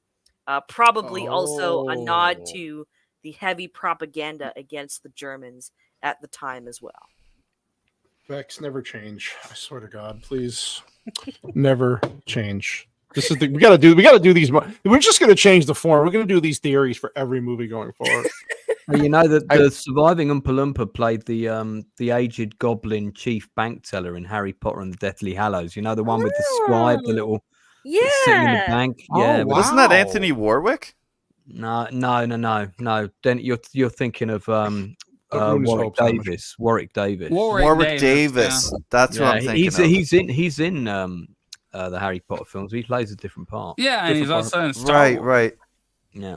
He is. Yeah, he was in Phantom Menace in the crowd during the races. Okay. I can't wait for Vex's theory because I don't understand his office. Is there a theory for how his office is decorated? Well, he's playing them off, right? He's leaving. He's telling them goodbye, and then he gets angry here. Nobody gives a shit. We want to know why everything's in half. That's what I'm getting to. See, look, he gets angry though. Sorry, Vex. You're wrong, sir. You stole fizzy lifting drinks. It was clearly here stated in the contract under 45762. etc. You stole fizzy lifting drinks, therefore you forfeit. Good day, sir. No, he goes, you win nothing. Have you guys heard the techno remix of this of that scene? Is this the bit where really Charlie turns around and goes, Mr. Wonka, you're a cunt? This is the part where Charlie discovers psychiatry and he starts saying, "You're only half the man you used to be," and there's going to be a song. Half the man I used to be. Look, you build up a little boy's hopes. And I used to steal his money to get tobacco, you little shit. Yeah. You fucking what, mate? I'll knock your block off. I got out of my bed for this. If Slugsworth wants his gobstopper, he'll get one. He's going to give him his gobstopper, man. And Charlie does that. Did we pass The Office already? Sorry. No, I need to know about this office. Yes, we were just talking about The Office. Go ahead, Duffy. Go ahead. No, go ahead, Whitey. Go ahead. I'm just gonna say before we get into the horrible dark life, this is the Christian moment right here where we talk about acceptance and forgiveness, and he knows that he's done bad towards him, and he's gonna take a slap on that cheek, and he's gonna come back and give him one more bit of forgiveness and say, "Hey, listen, bless it." You know, amen, Whitey. Bless All right, now, Vex, tell us about the mutilation. Tell us about the foreskins. Exhibit O, Your Honor. So the reason why everything in this office is in half is it is meant to be. Sorry. Yeah. Are you in the gas chamber, Vex? She's got the gas chamber, people. She's in the gas chamber. Jesus. meant to be symbolic of how the Nazis would blow up and damage a lot of Jewish properties and ghettos. Think of that final scene from The Pianist, for example, where he takes shelter in like a bombed town, and everything is just kind of decrepit and partial and all that stuff. This is what is meant to be a node to this. It's I don't see any cucumbers. Objection. I don't see any cucumbers. There are 0 cucumbers there, ma'am. So the Nazis would have stolen the whole painting in the background, Your Honor, not just all of it, taking not just half. To counter that, Your Honor, I would just like to point out that they did make a lot of errors when it came to preservation during World War II. So that is true.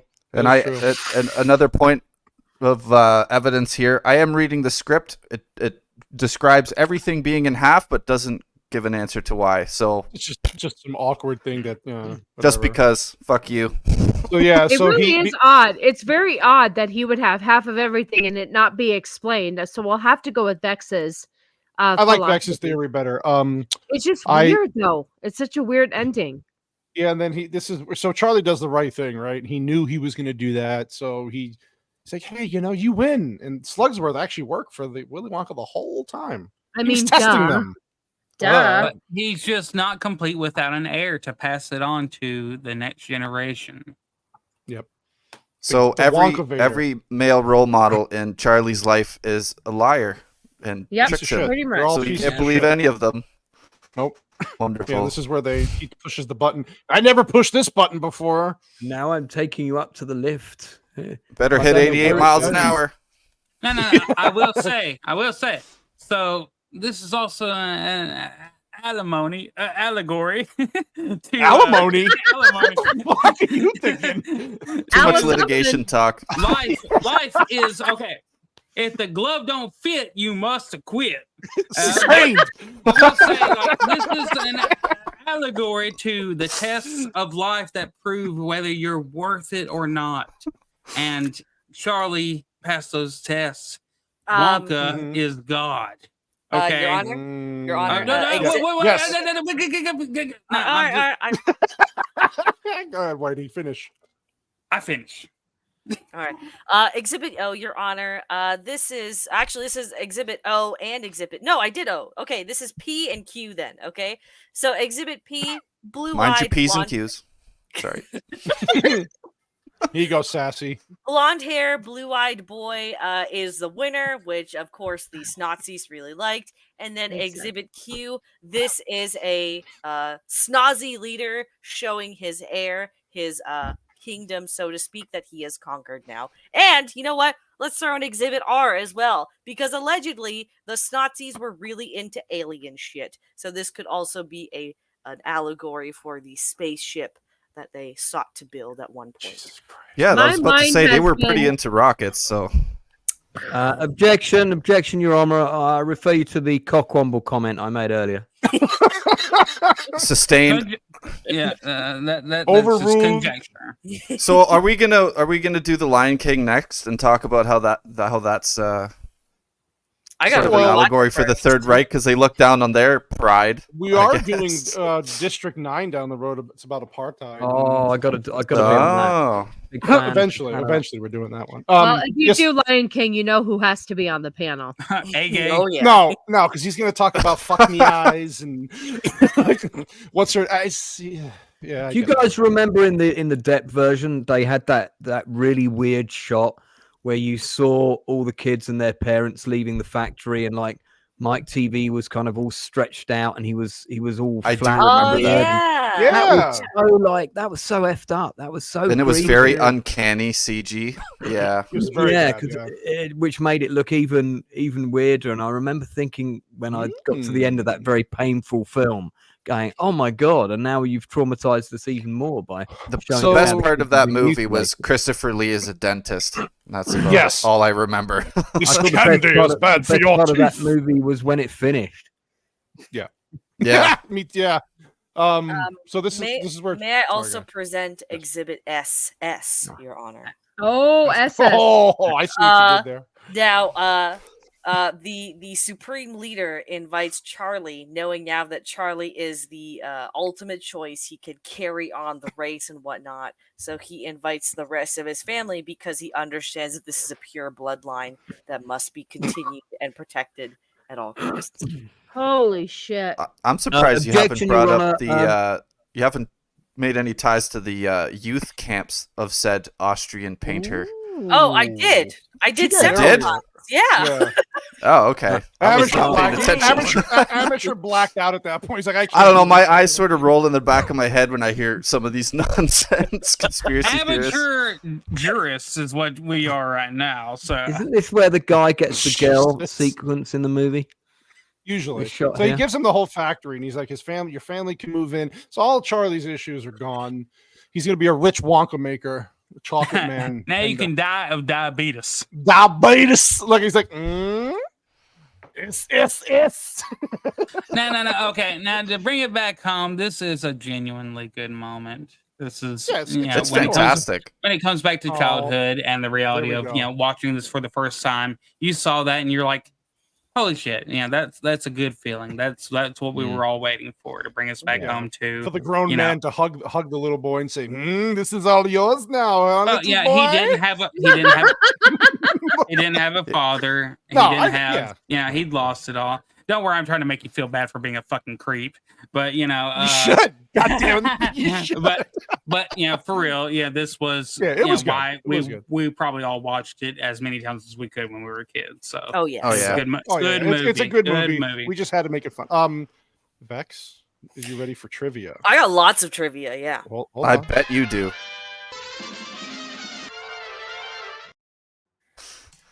Yes, all right. In a long lost memoir penned by Adolf. No, okay, I'm joking. Okay.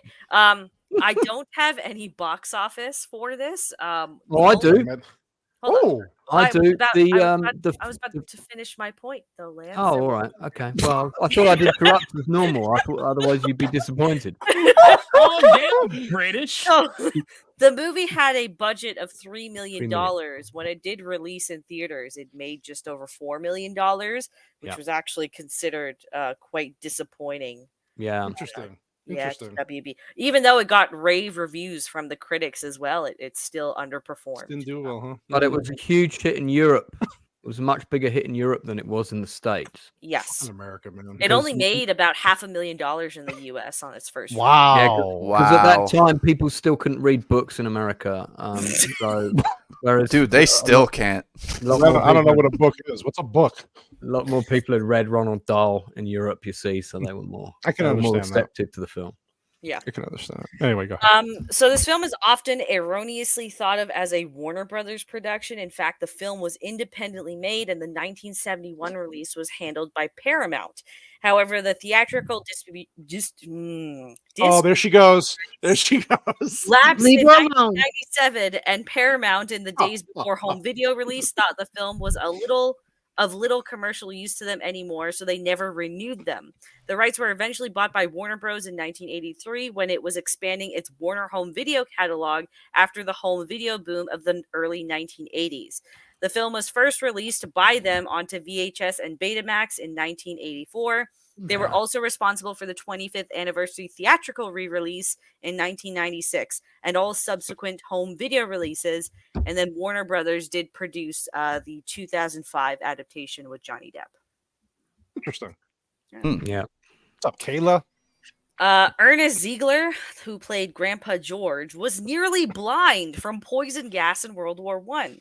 So he was instructed to look for a red light to guide him when his character was meant to be looking in a specific direction. Wow. I feel bad for saying he had cabbage shits. That's Grandpa Joe you were talking about. She's talking about the other guy. This is the other grandfather. All right, fine. Go ahead. When Gene Wilder died in 2016, Peter Ostrum changed his social media profile to read, quote, "Former child actor, veterinarian, inherited a chocolate factory on August 29, 2016. Aww. This was pretty funny and might explain a lot. The Oompa Loompa actors were known for hard partying off set, even traveling in a limo together to bars. Yes.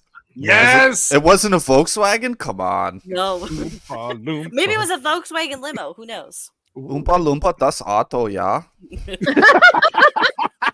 Oompa Loompa doobity doo. Yeah. This is the only film role of Peter Ostrum. So Charlie, Ostrum turned down David L. Walpers, who is the director, offer for a 3-movie contract because he wanted to keep his options open. After feeling underwhelmed at the premiere, he bought a horse, which led him to becoming a veterinarian.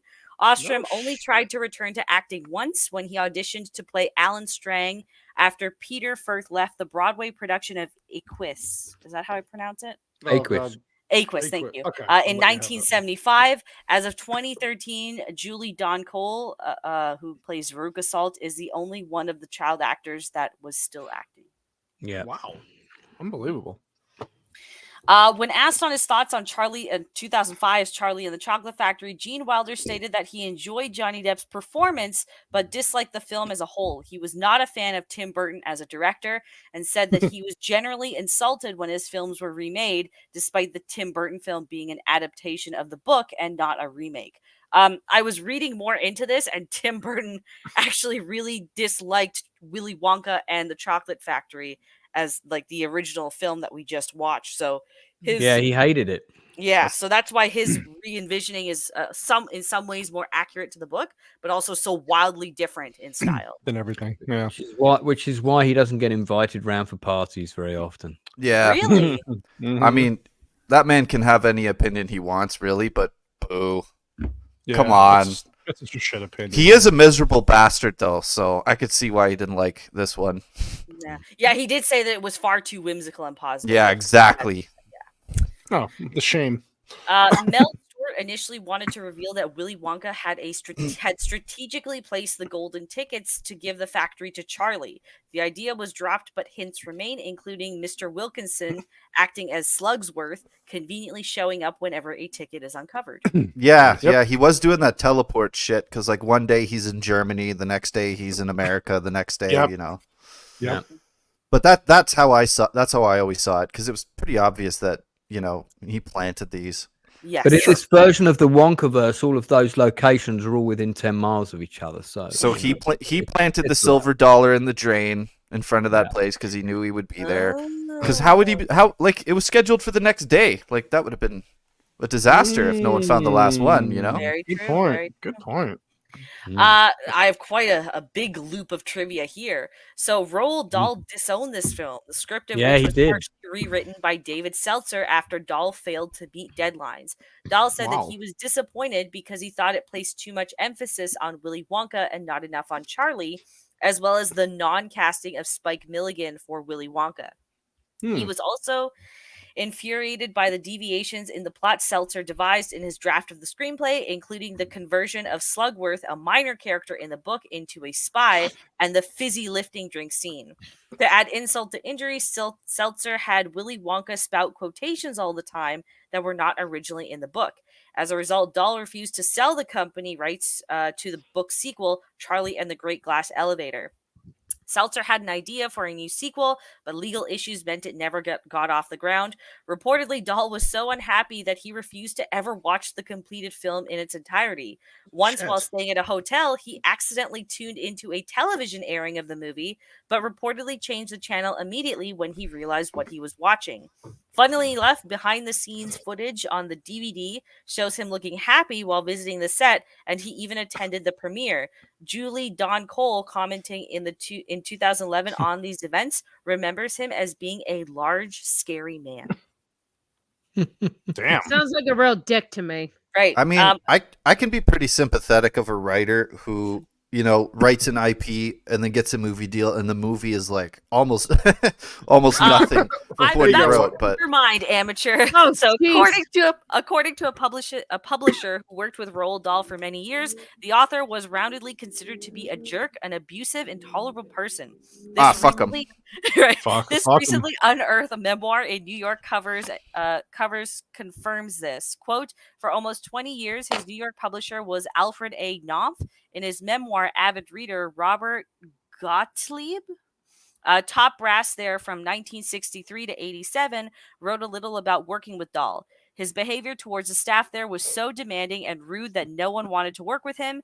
In any case, there was no one there who was elevated enough for him to deign to deal with. Nice. Roald was a tremendous charmer, but his behavior at Knopf grew more and more erratic and churlish. I don't know what that means. Secretaries were treated like servants, tantrums were thrown in person and in letters, and Bob Bernstein, head of Random House Publishing, didn't accede to his immoderate and provocative financial demands. So it sounds like Dahl was the real Nazi all along. So we can call him Cockwomble from now on. Cockwomble, I like that better. Yeah. Now, Mel Stuart originally didn't want Willy Wonka to be a musical, as this film was simply going to be a straightforward fantasy film based on the novel per Dahl's wishes, but producers convinced him by pointing out the successes of Mary Poppins from '64 and The Wizard of Oz from '39. The musical numbers were included via rewrites to Dahl's original script by Seltzer, which left Dahl also quite furious. In the featurette Pure Imagination, the story of Willy Wonka and the Chocolate Factory in 2001, Mel Stuart and David L.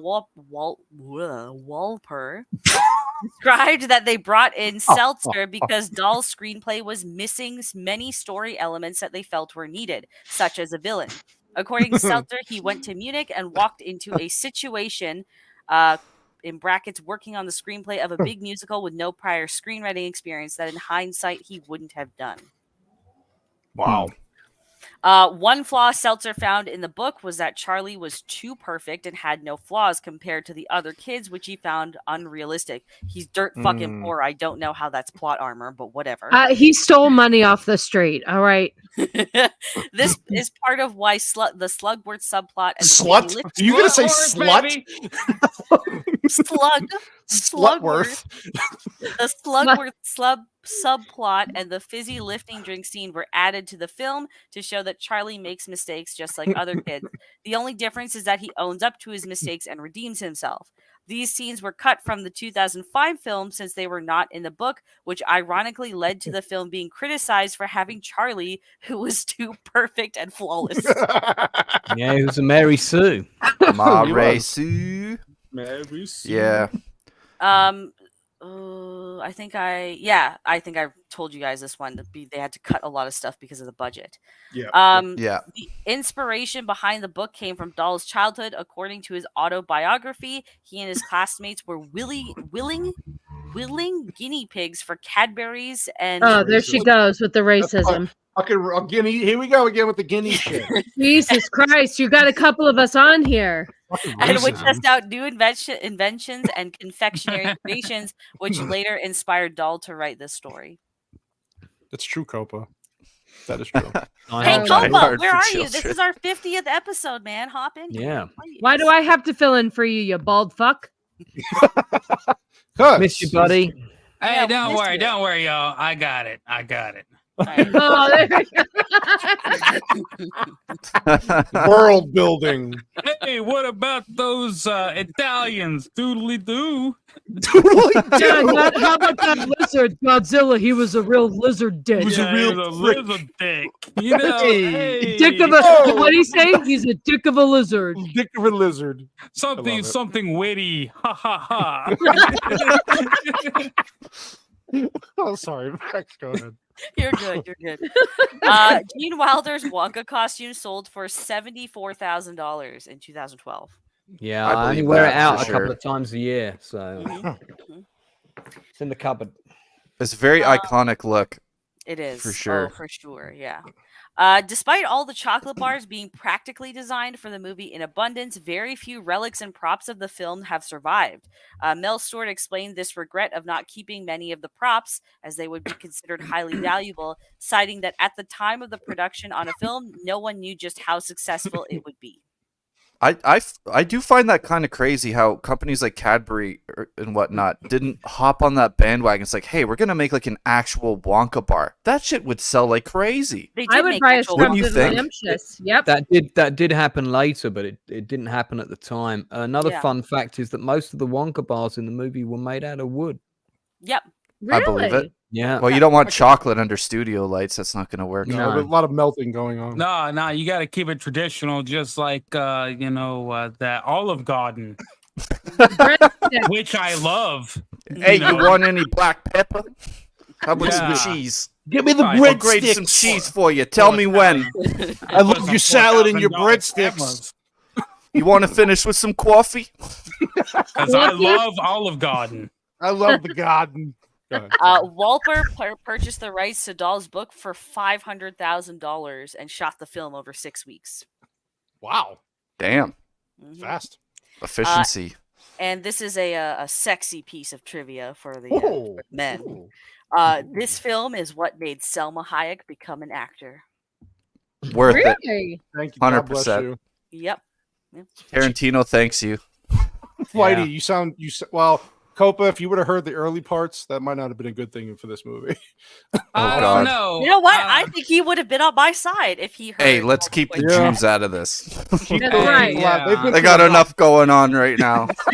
Hey, whoa. I'm a Druish, please. Come on. Druish. Yeah. A Druish princess. A Druish princess, you know. Oh, God. All right, I do have some casting trivia, but I don't know if you want me to go through all of it because. All right, give me the top. Just give me like the first 5 of each. Like, give us Willy Wonka and Charlie Bucket.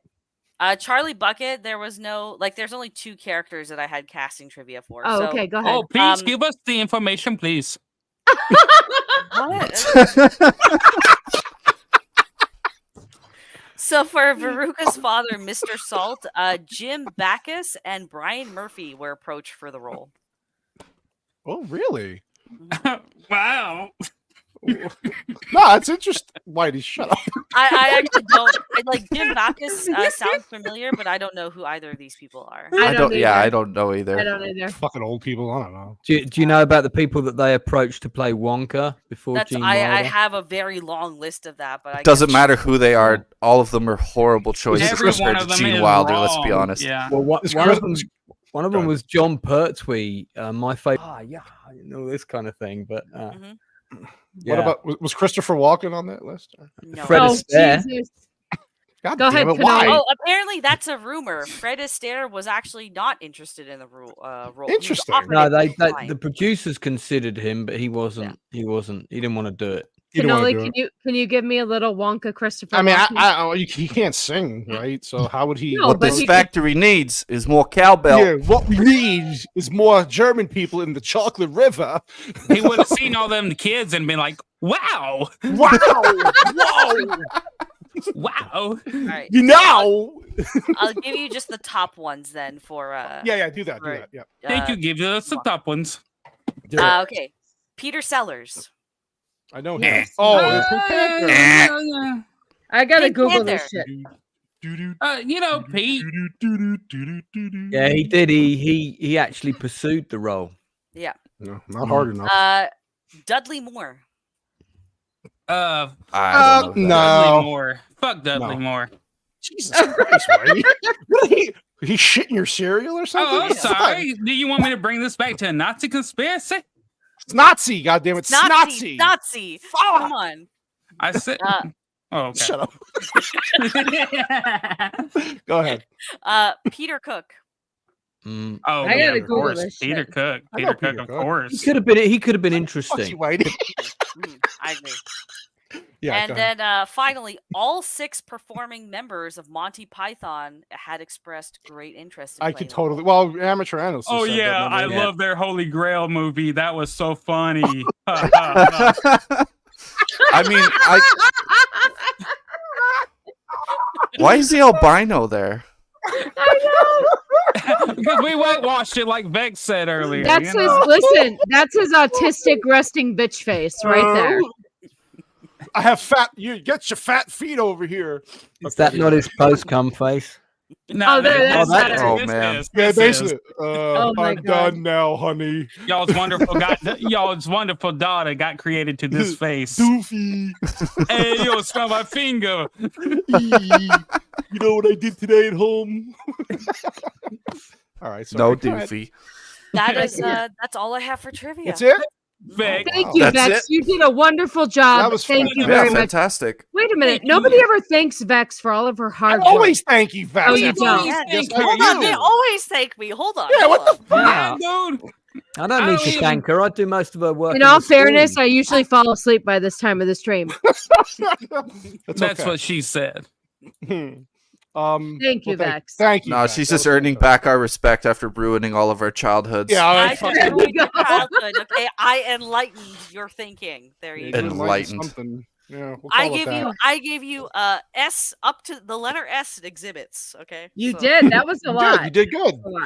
Now it's hard to rank this now because now all I see. Never mind. SS. Yeah, SS. We'll start with you, Lance. How would you rank this movie? What would you give this? How would I rate it? What, like out of 10 or? Yeah, whatever you want, whatever ranking system you want to give it. I mean, it's a solid 4.5 out of 5, or 8 out of 10. Still holds up pretty well today, despite the SS Obenführer theories.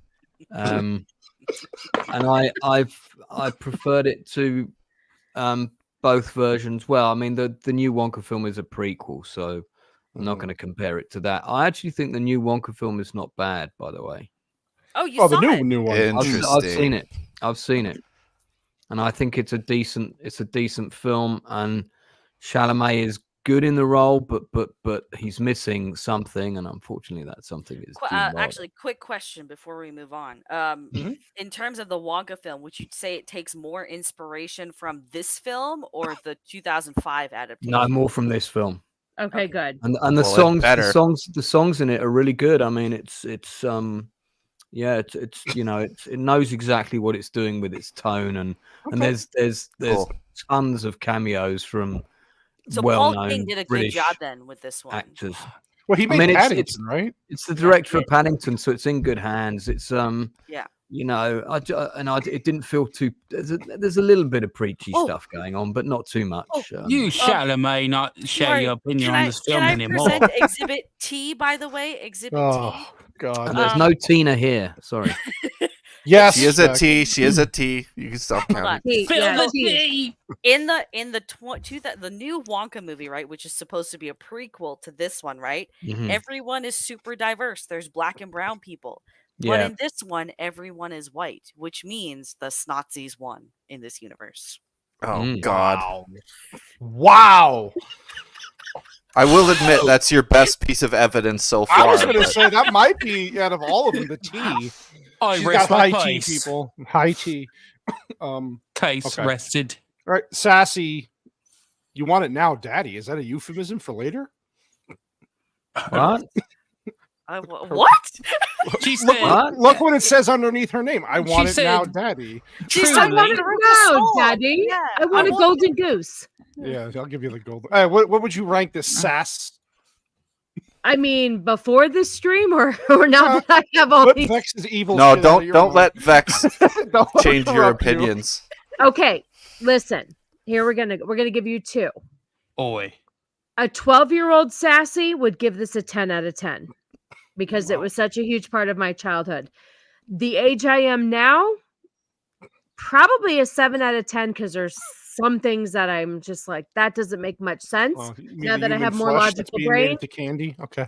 Well, the fact that Grandpa Joe's a lazy fuck and all of a sudden he can just pop out of bed for some chocolate and a Nazi. I'm just saying.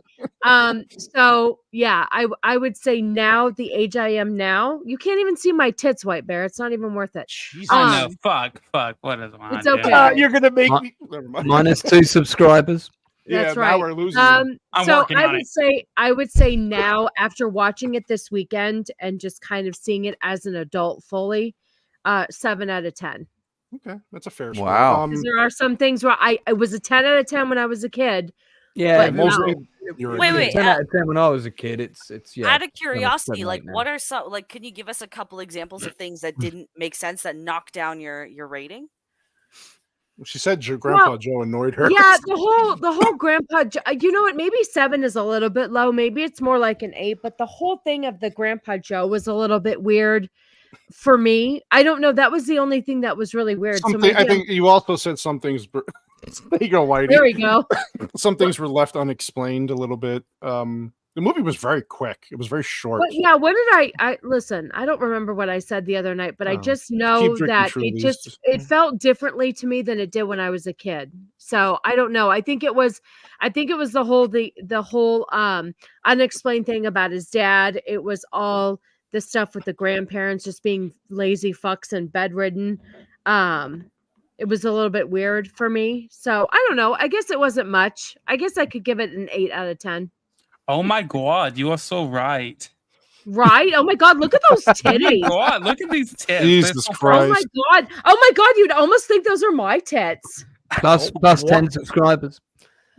He's got a bunch. If you guys want to see more tits, subscribe to my channel, not this one. Yeah, Mrs. Sassy. No, nobody wants it. Amateur, before we get off the tit talk. What about you, buddy?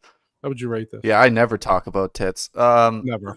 I mean, I love this movie. It's part of my childhood too. Remember growing up watching it. Like, I've read the book and was sorely disappointed by the book compared to the movie. Okay. Gene Wilder's always been one of my favorite actors, like, ever. And I honestly think this is his best performance. It's like he captures that, like, that sense of joy and wonderment, but like there's that little hint of insanity too. And sarcasm, I like it. Yeah. And sarcasm. He takes the role so seriously. If you listen to a lot of his dialogue, it's insanely clever and like kind of ridiculous, which is just the weirdest sort of contrast. But like, it stands the test of time. It's one of the most quotable, hummable films probably in my lifetime, if not all of our lifetimes. Yeah, I mean, the Grandpa Joe thing.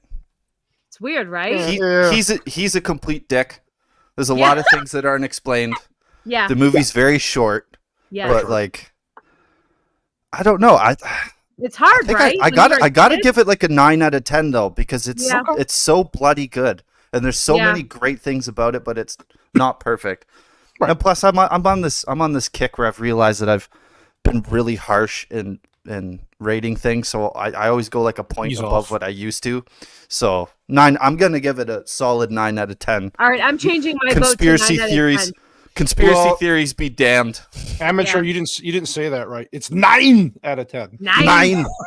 Yeah, 9. I think 9 is fair too. I don't think I have enough criticism, and I loved it so much when I was a kid, and you're right. It's so quotable, and it's just one of those that I don't know. Like, it's one of my top. It made me feel like a kid again, and I can't put a price on that. So yeah, you're right. You know what? You're absolutely right. I think 7, 8 was a little bit too low. I think 9, because we'll give it that point of just being a little bit odd in certain areas, but overall, it's just the biggest factor though. 1971. You got to give it some credit. Oh yeah, that is an old fucking film, man. Absolutely, dude. That's very. And some of those VFX shots are like you can't even tell, and it's like, oh no, I agree with you. I think it was really well shot for its time, and I absolutely agree with you. I just think it's one of those that a lot of people have really good memories of, and I don't have a lot of good memories of being a kid, but this one I have just brought with me. And I think it's because I recently saw it. And when you see it as an adult, you do see different things. Oh, you noticed that. Yeah. I agree. 9 out of 10, I think, is more fair. I would probably give it a 9.5 if they kept that Volkswagen bit, though. That would have been great. I think, like watching the Oompa Loompas climb out like a clown car. That would have been great. Oh, man, come on. If they put the Dalai Lama scene back in. And if they dumped the bitch's song, I'd give it 9. Yeah, that song's a bit weak, but I think I liked it more than you. So yeah, probably. Vex, I'm very interested in Vex's rating here because she's got snotty theories. So does that change your rating? Oh. 2 out of 10. No, to be honest, I was yes, I'm like half dicking around, but also I know. I'm just giving you shit. I can kind of see the parallels here a little bit. Yeah, she pro Palestine, you know. Not for all of those. To be honest, I think you guys are reading a little bit into it, saying that certain parts don't make sense, just because like the source material is so whimsical and it plays a lot into the fantasy element. You can forget that a lot of like, you know, the unexplained absence of his father and why the grandparents are the way they are. But like that's looking at it from an adult perspective. So you can't help but think about it. Doesn't have to. Yeah. Right. Yeah. It doesn't have to. Yeah. I think this film is genuinely timeless. I think the director did a good job in getting that across because I can watch this film and it can kind of feel like it maybe only took place 10 or 15 years ago as opposed to 1971. I think the performances are very good. The props, the sets, the makeup is also very good for the time period we're talking about. I love Gene Wilder's performance is absolutely iconic and just enjoyable from start to finish. So I think it's got high rewatchability as well. I think the pacing is pretty perfect for this. So I'm going to objectively, I would say that this film is probably an 8.5 out of 10. That's a fair just because score. it nails a lot. It does a lot of things well. It is a genuine kids movie. There's a little bit of adult humor, like the wife having to. It's either your Wonka bars or your husband, man. So it's like little jokes. Yeah, that was funny. Pretty funny. Yes. And it's still true enough to the source material where you do feel a bit of the doll magic, but it's unique enough on its own that you can enjoy both separately and not feel insulted by one or the other, not have a doll over it, right? So I give this 8.5 snotsy conspiracies out of 10. Very good, very fair. I like it. I like it. I like the breakdown. White Bear, while you're showing Oppenheimer for some reason in the background.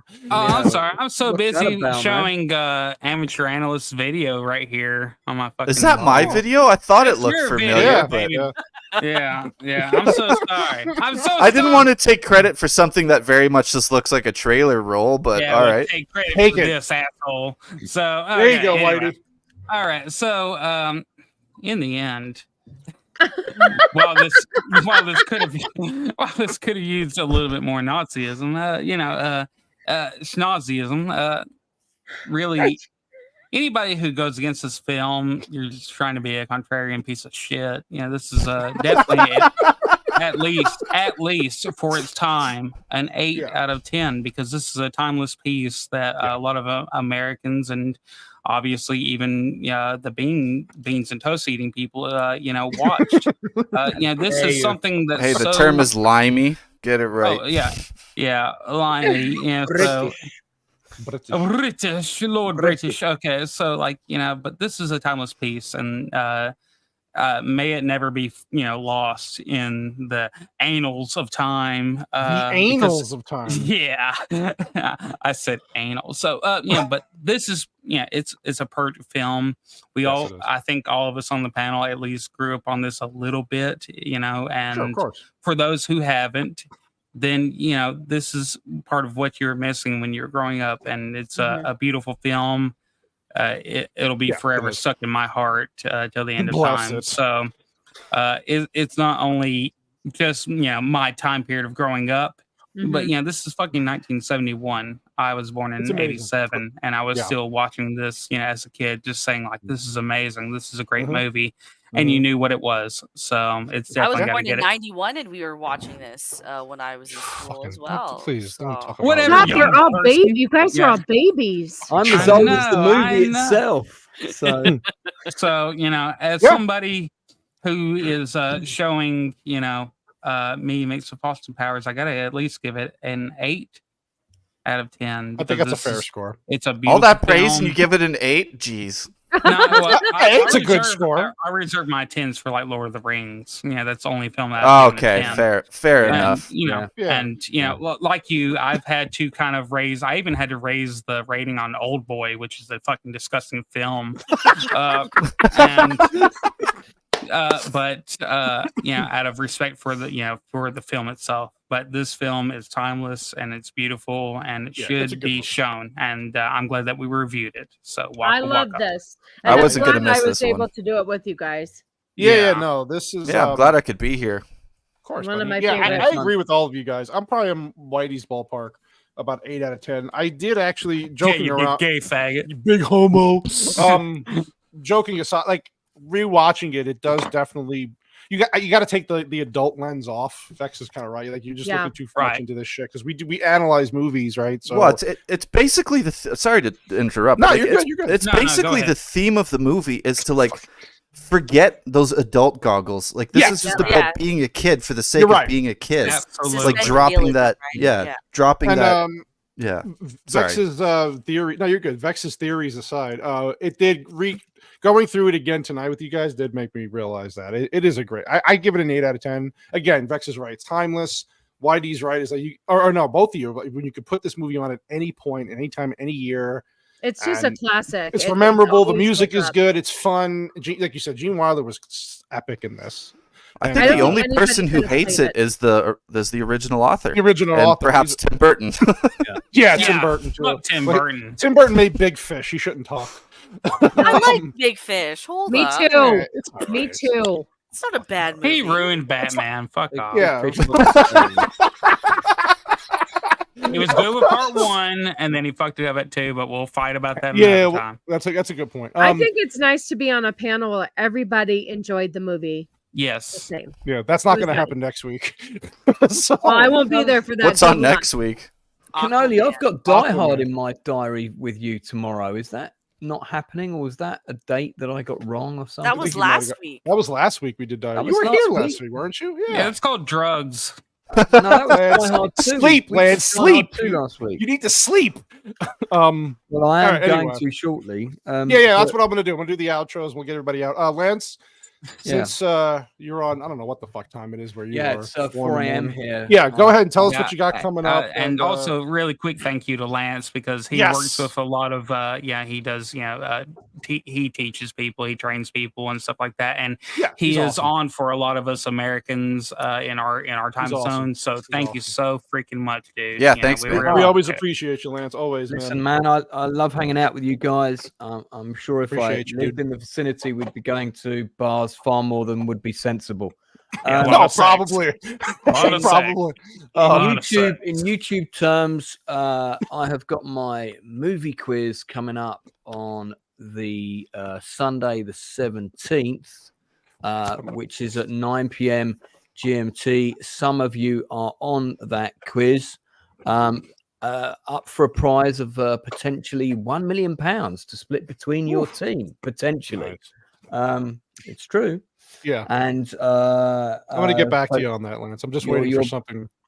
Well, get back to me soon because there's not any places left. I'll let you know by tomorrow. There might be a couple of big guests dropping in for a surprise round or two, depending on their commitments on the day. That's going to be a lot of fun. Then I've got the Nielsen ratings on tomorrow night. I've also got that on next Tuesday. On Monday at, I think it's 10 p.m. GMT, so 5 p.m. East Coast, we're going to be doing a special review. Myself, Uninspired Reviewer, and Stupenzo are doing an in-depth review of the 1996 Napoleon film starring Martin Weir, a.k.a. Danny DeVito from Get Shorty. We'll be analysing the film that doesn't exist in depth, including talking about all the casting choices that they made. And we're going to be interviewing the American producer who's coming on the show to talk to us. Nice. That's awesome. Nice. It's going to be funny as is what I'm going to say. It's going to be very, very funny. Watch that. And just imagine that it's going to be the Spinal Tap of YouTube interviews for a film that does not actually exist. It's going to be good. I just dropped my latest book today. That's literally gone to Amazon today. Nice. So this is my want to put a link in there. I guess. I don't know. If you just Google Paratrooper by Lance Nelson, see if I can find it on Amazon. You'll find them. Thank you. These are the screenplays for my Band of Brothers show.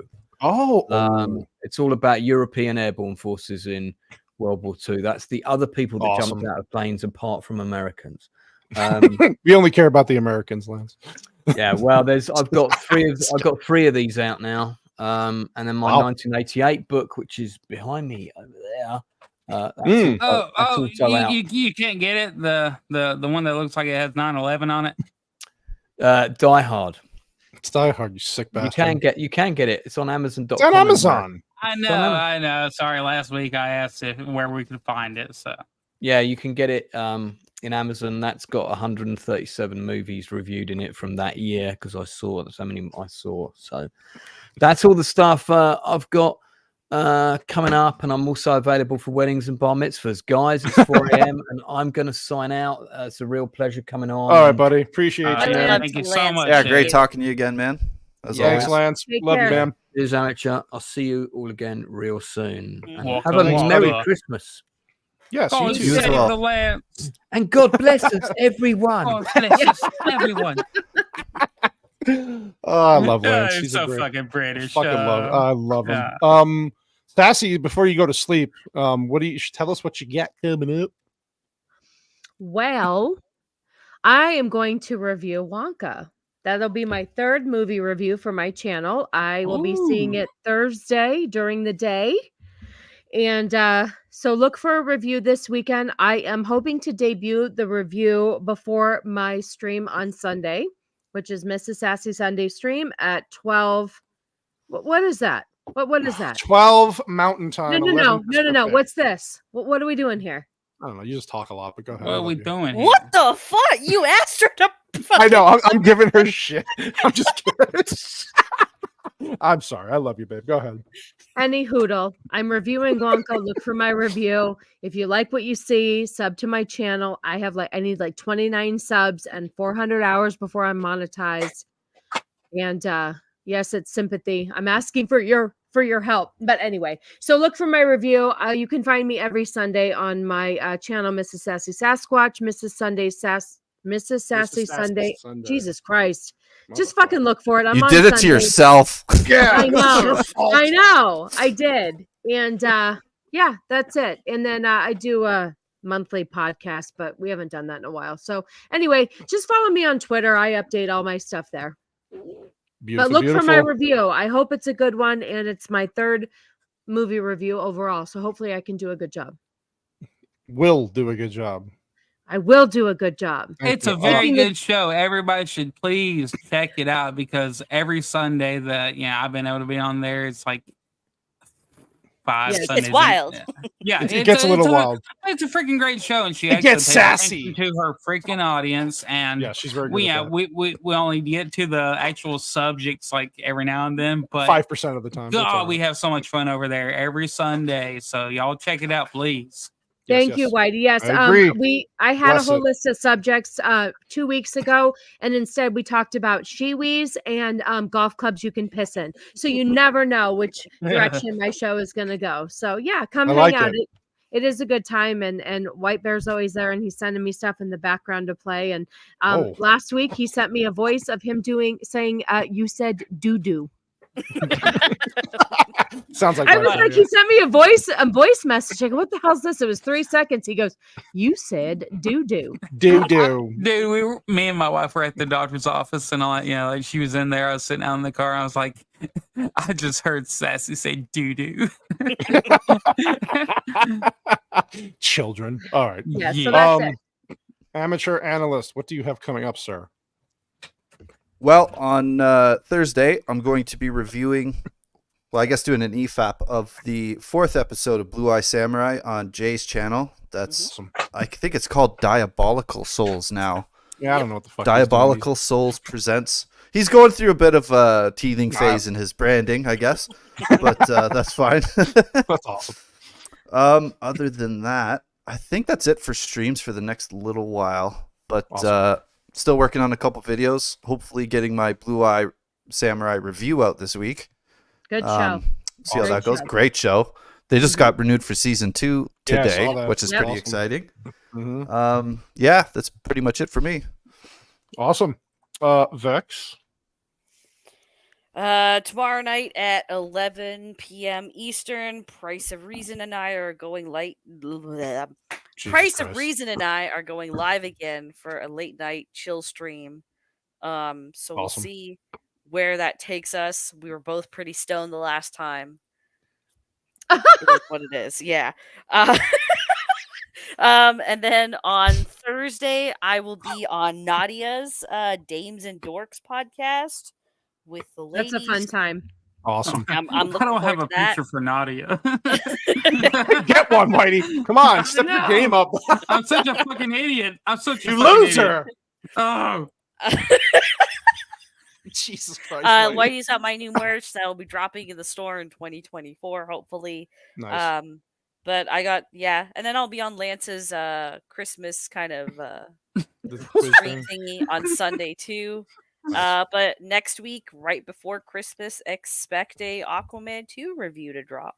Nice. That's the gift that's going to keep on giving right there. Hopefully. I didn't know that Jason Momoa co-wrote the movie. Oh, Jesus. Oh, God. Yeah. Bless you.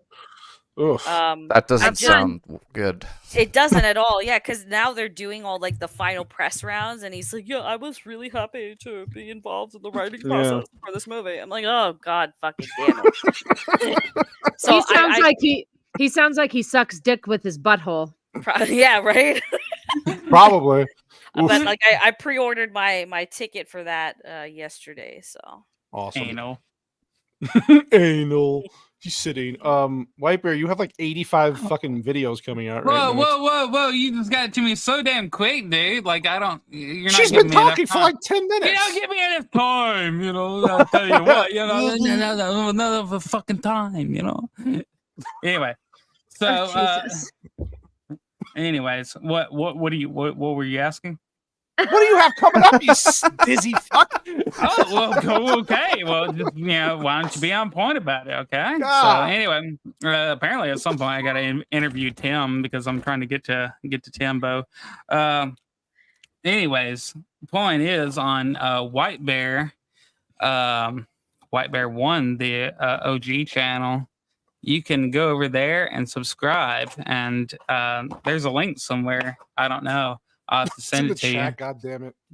Yeah, White Bear. Yeah, it is. You found the original link from White Bear 1? No. I don't know. Just talk. Yeah, well, like kind of work on that really quick, okay? Like host man. Yeah. So anyway, host man. Anyway, yeah, we have a host man in the audience. So fucking forgive me. Yes, we do. Yeah. We do. So Socrates. It was so great. Oh my god. Anyway, so anyway, I've got a channel like White Bear 1, and that's what like where you can find comedians. And right now this month is all about Norm Macdonald, so we're going over Norm Macdonald's material piece by piece, and I want everybody to get on there and subscribe, you motherfuckers, because that's where all the funny is at. If you want to hear funny things that lift up your day instead of a bunch of people who are pissed off all the time about stuff that they're considering constantly woke and this and that, don't worry, we got a place for you where comedy didn't die, and that's on my channel. So anyways, even though that Norm is dead, his comedy still lives on. Yeah. Amen. Yeah. I love that. Well, loved that guy. Amazing comedian. Norm Macdonald was, a very good human being, and he hid his cancer until the very end, until he passed away. And because he didn't want to bring down his son, that was one of his biggest things, is that he didn't want to put all the adult shit on his son. And he was a great comedian, great dude, just living life. And, he did his thing without hurting a bunch of people. And so that's a good comedian right there. That's a good person. And so this whole entire month we're celebrating Norm Macdonald over there. So check it out, subscribe, watch the videos, play them in the background. Yeah, you might get a little laugh out of it, and it'll help kind of take a little bit of the craziness out of your holiday season while everybody's doing all their family shit and all that, and you're getting busy. Very true. So anyways, thank you. Check out, Mrs. Sassy, check out Amateur Analyst, check out Vex. I love her reviews. Analyst has always got, great reviews. Mrs. Sassy every Sunday. And Cannoli, he's got his shit, and we're all on here with him. And he's been a great, great host. So anyways, Drunk Whitey is like that chick at the party that can't just gets drunk and just like, oh my god, like I love everyone. I love it. No. I love you guys. The only difference is I liked everything that Whitey just said. Right. In the end, you're beautiful. Yeah, y'all are great, but also vodka and Mountain Dew is pretty great too. Jesus, that's what you're drinking. That's why vodka and Mountain Dew. I had Truly and Sprite, man. I know she is so like carbless over here. I'm over here like I got to go up to the bar next to the chickens and diabetes. Go grab my vodka stash. Yeah, he private chatted us. I got to go to the barn to get some vodka. That's not a redneck thing to say. America, baby. America. All right. So also, hey, check out Gord King. He's pretty fucking cool too. He's starting up like his gaming channel.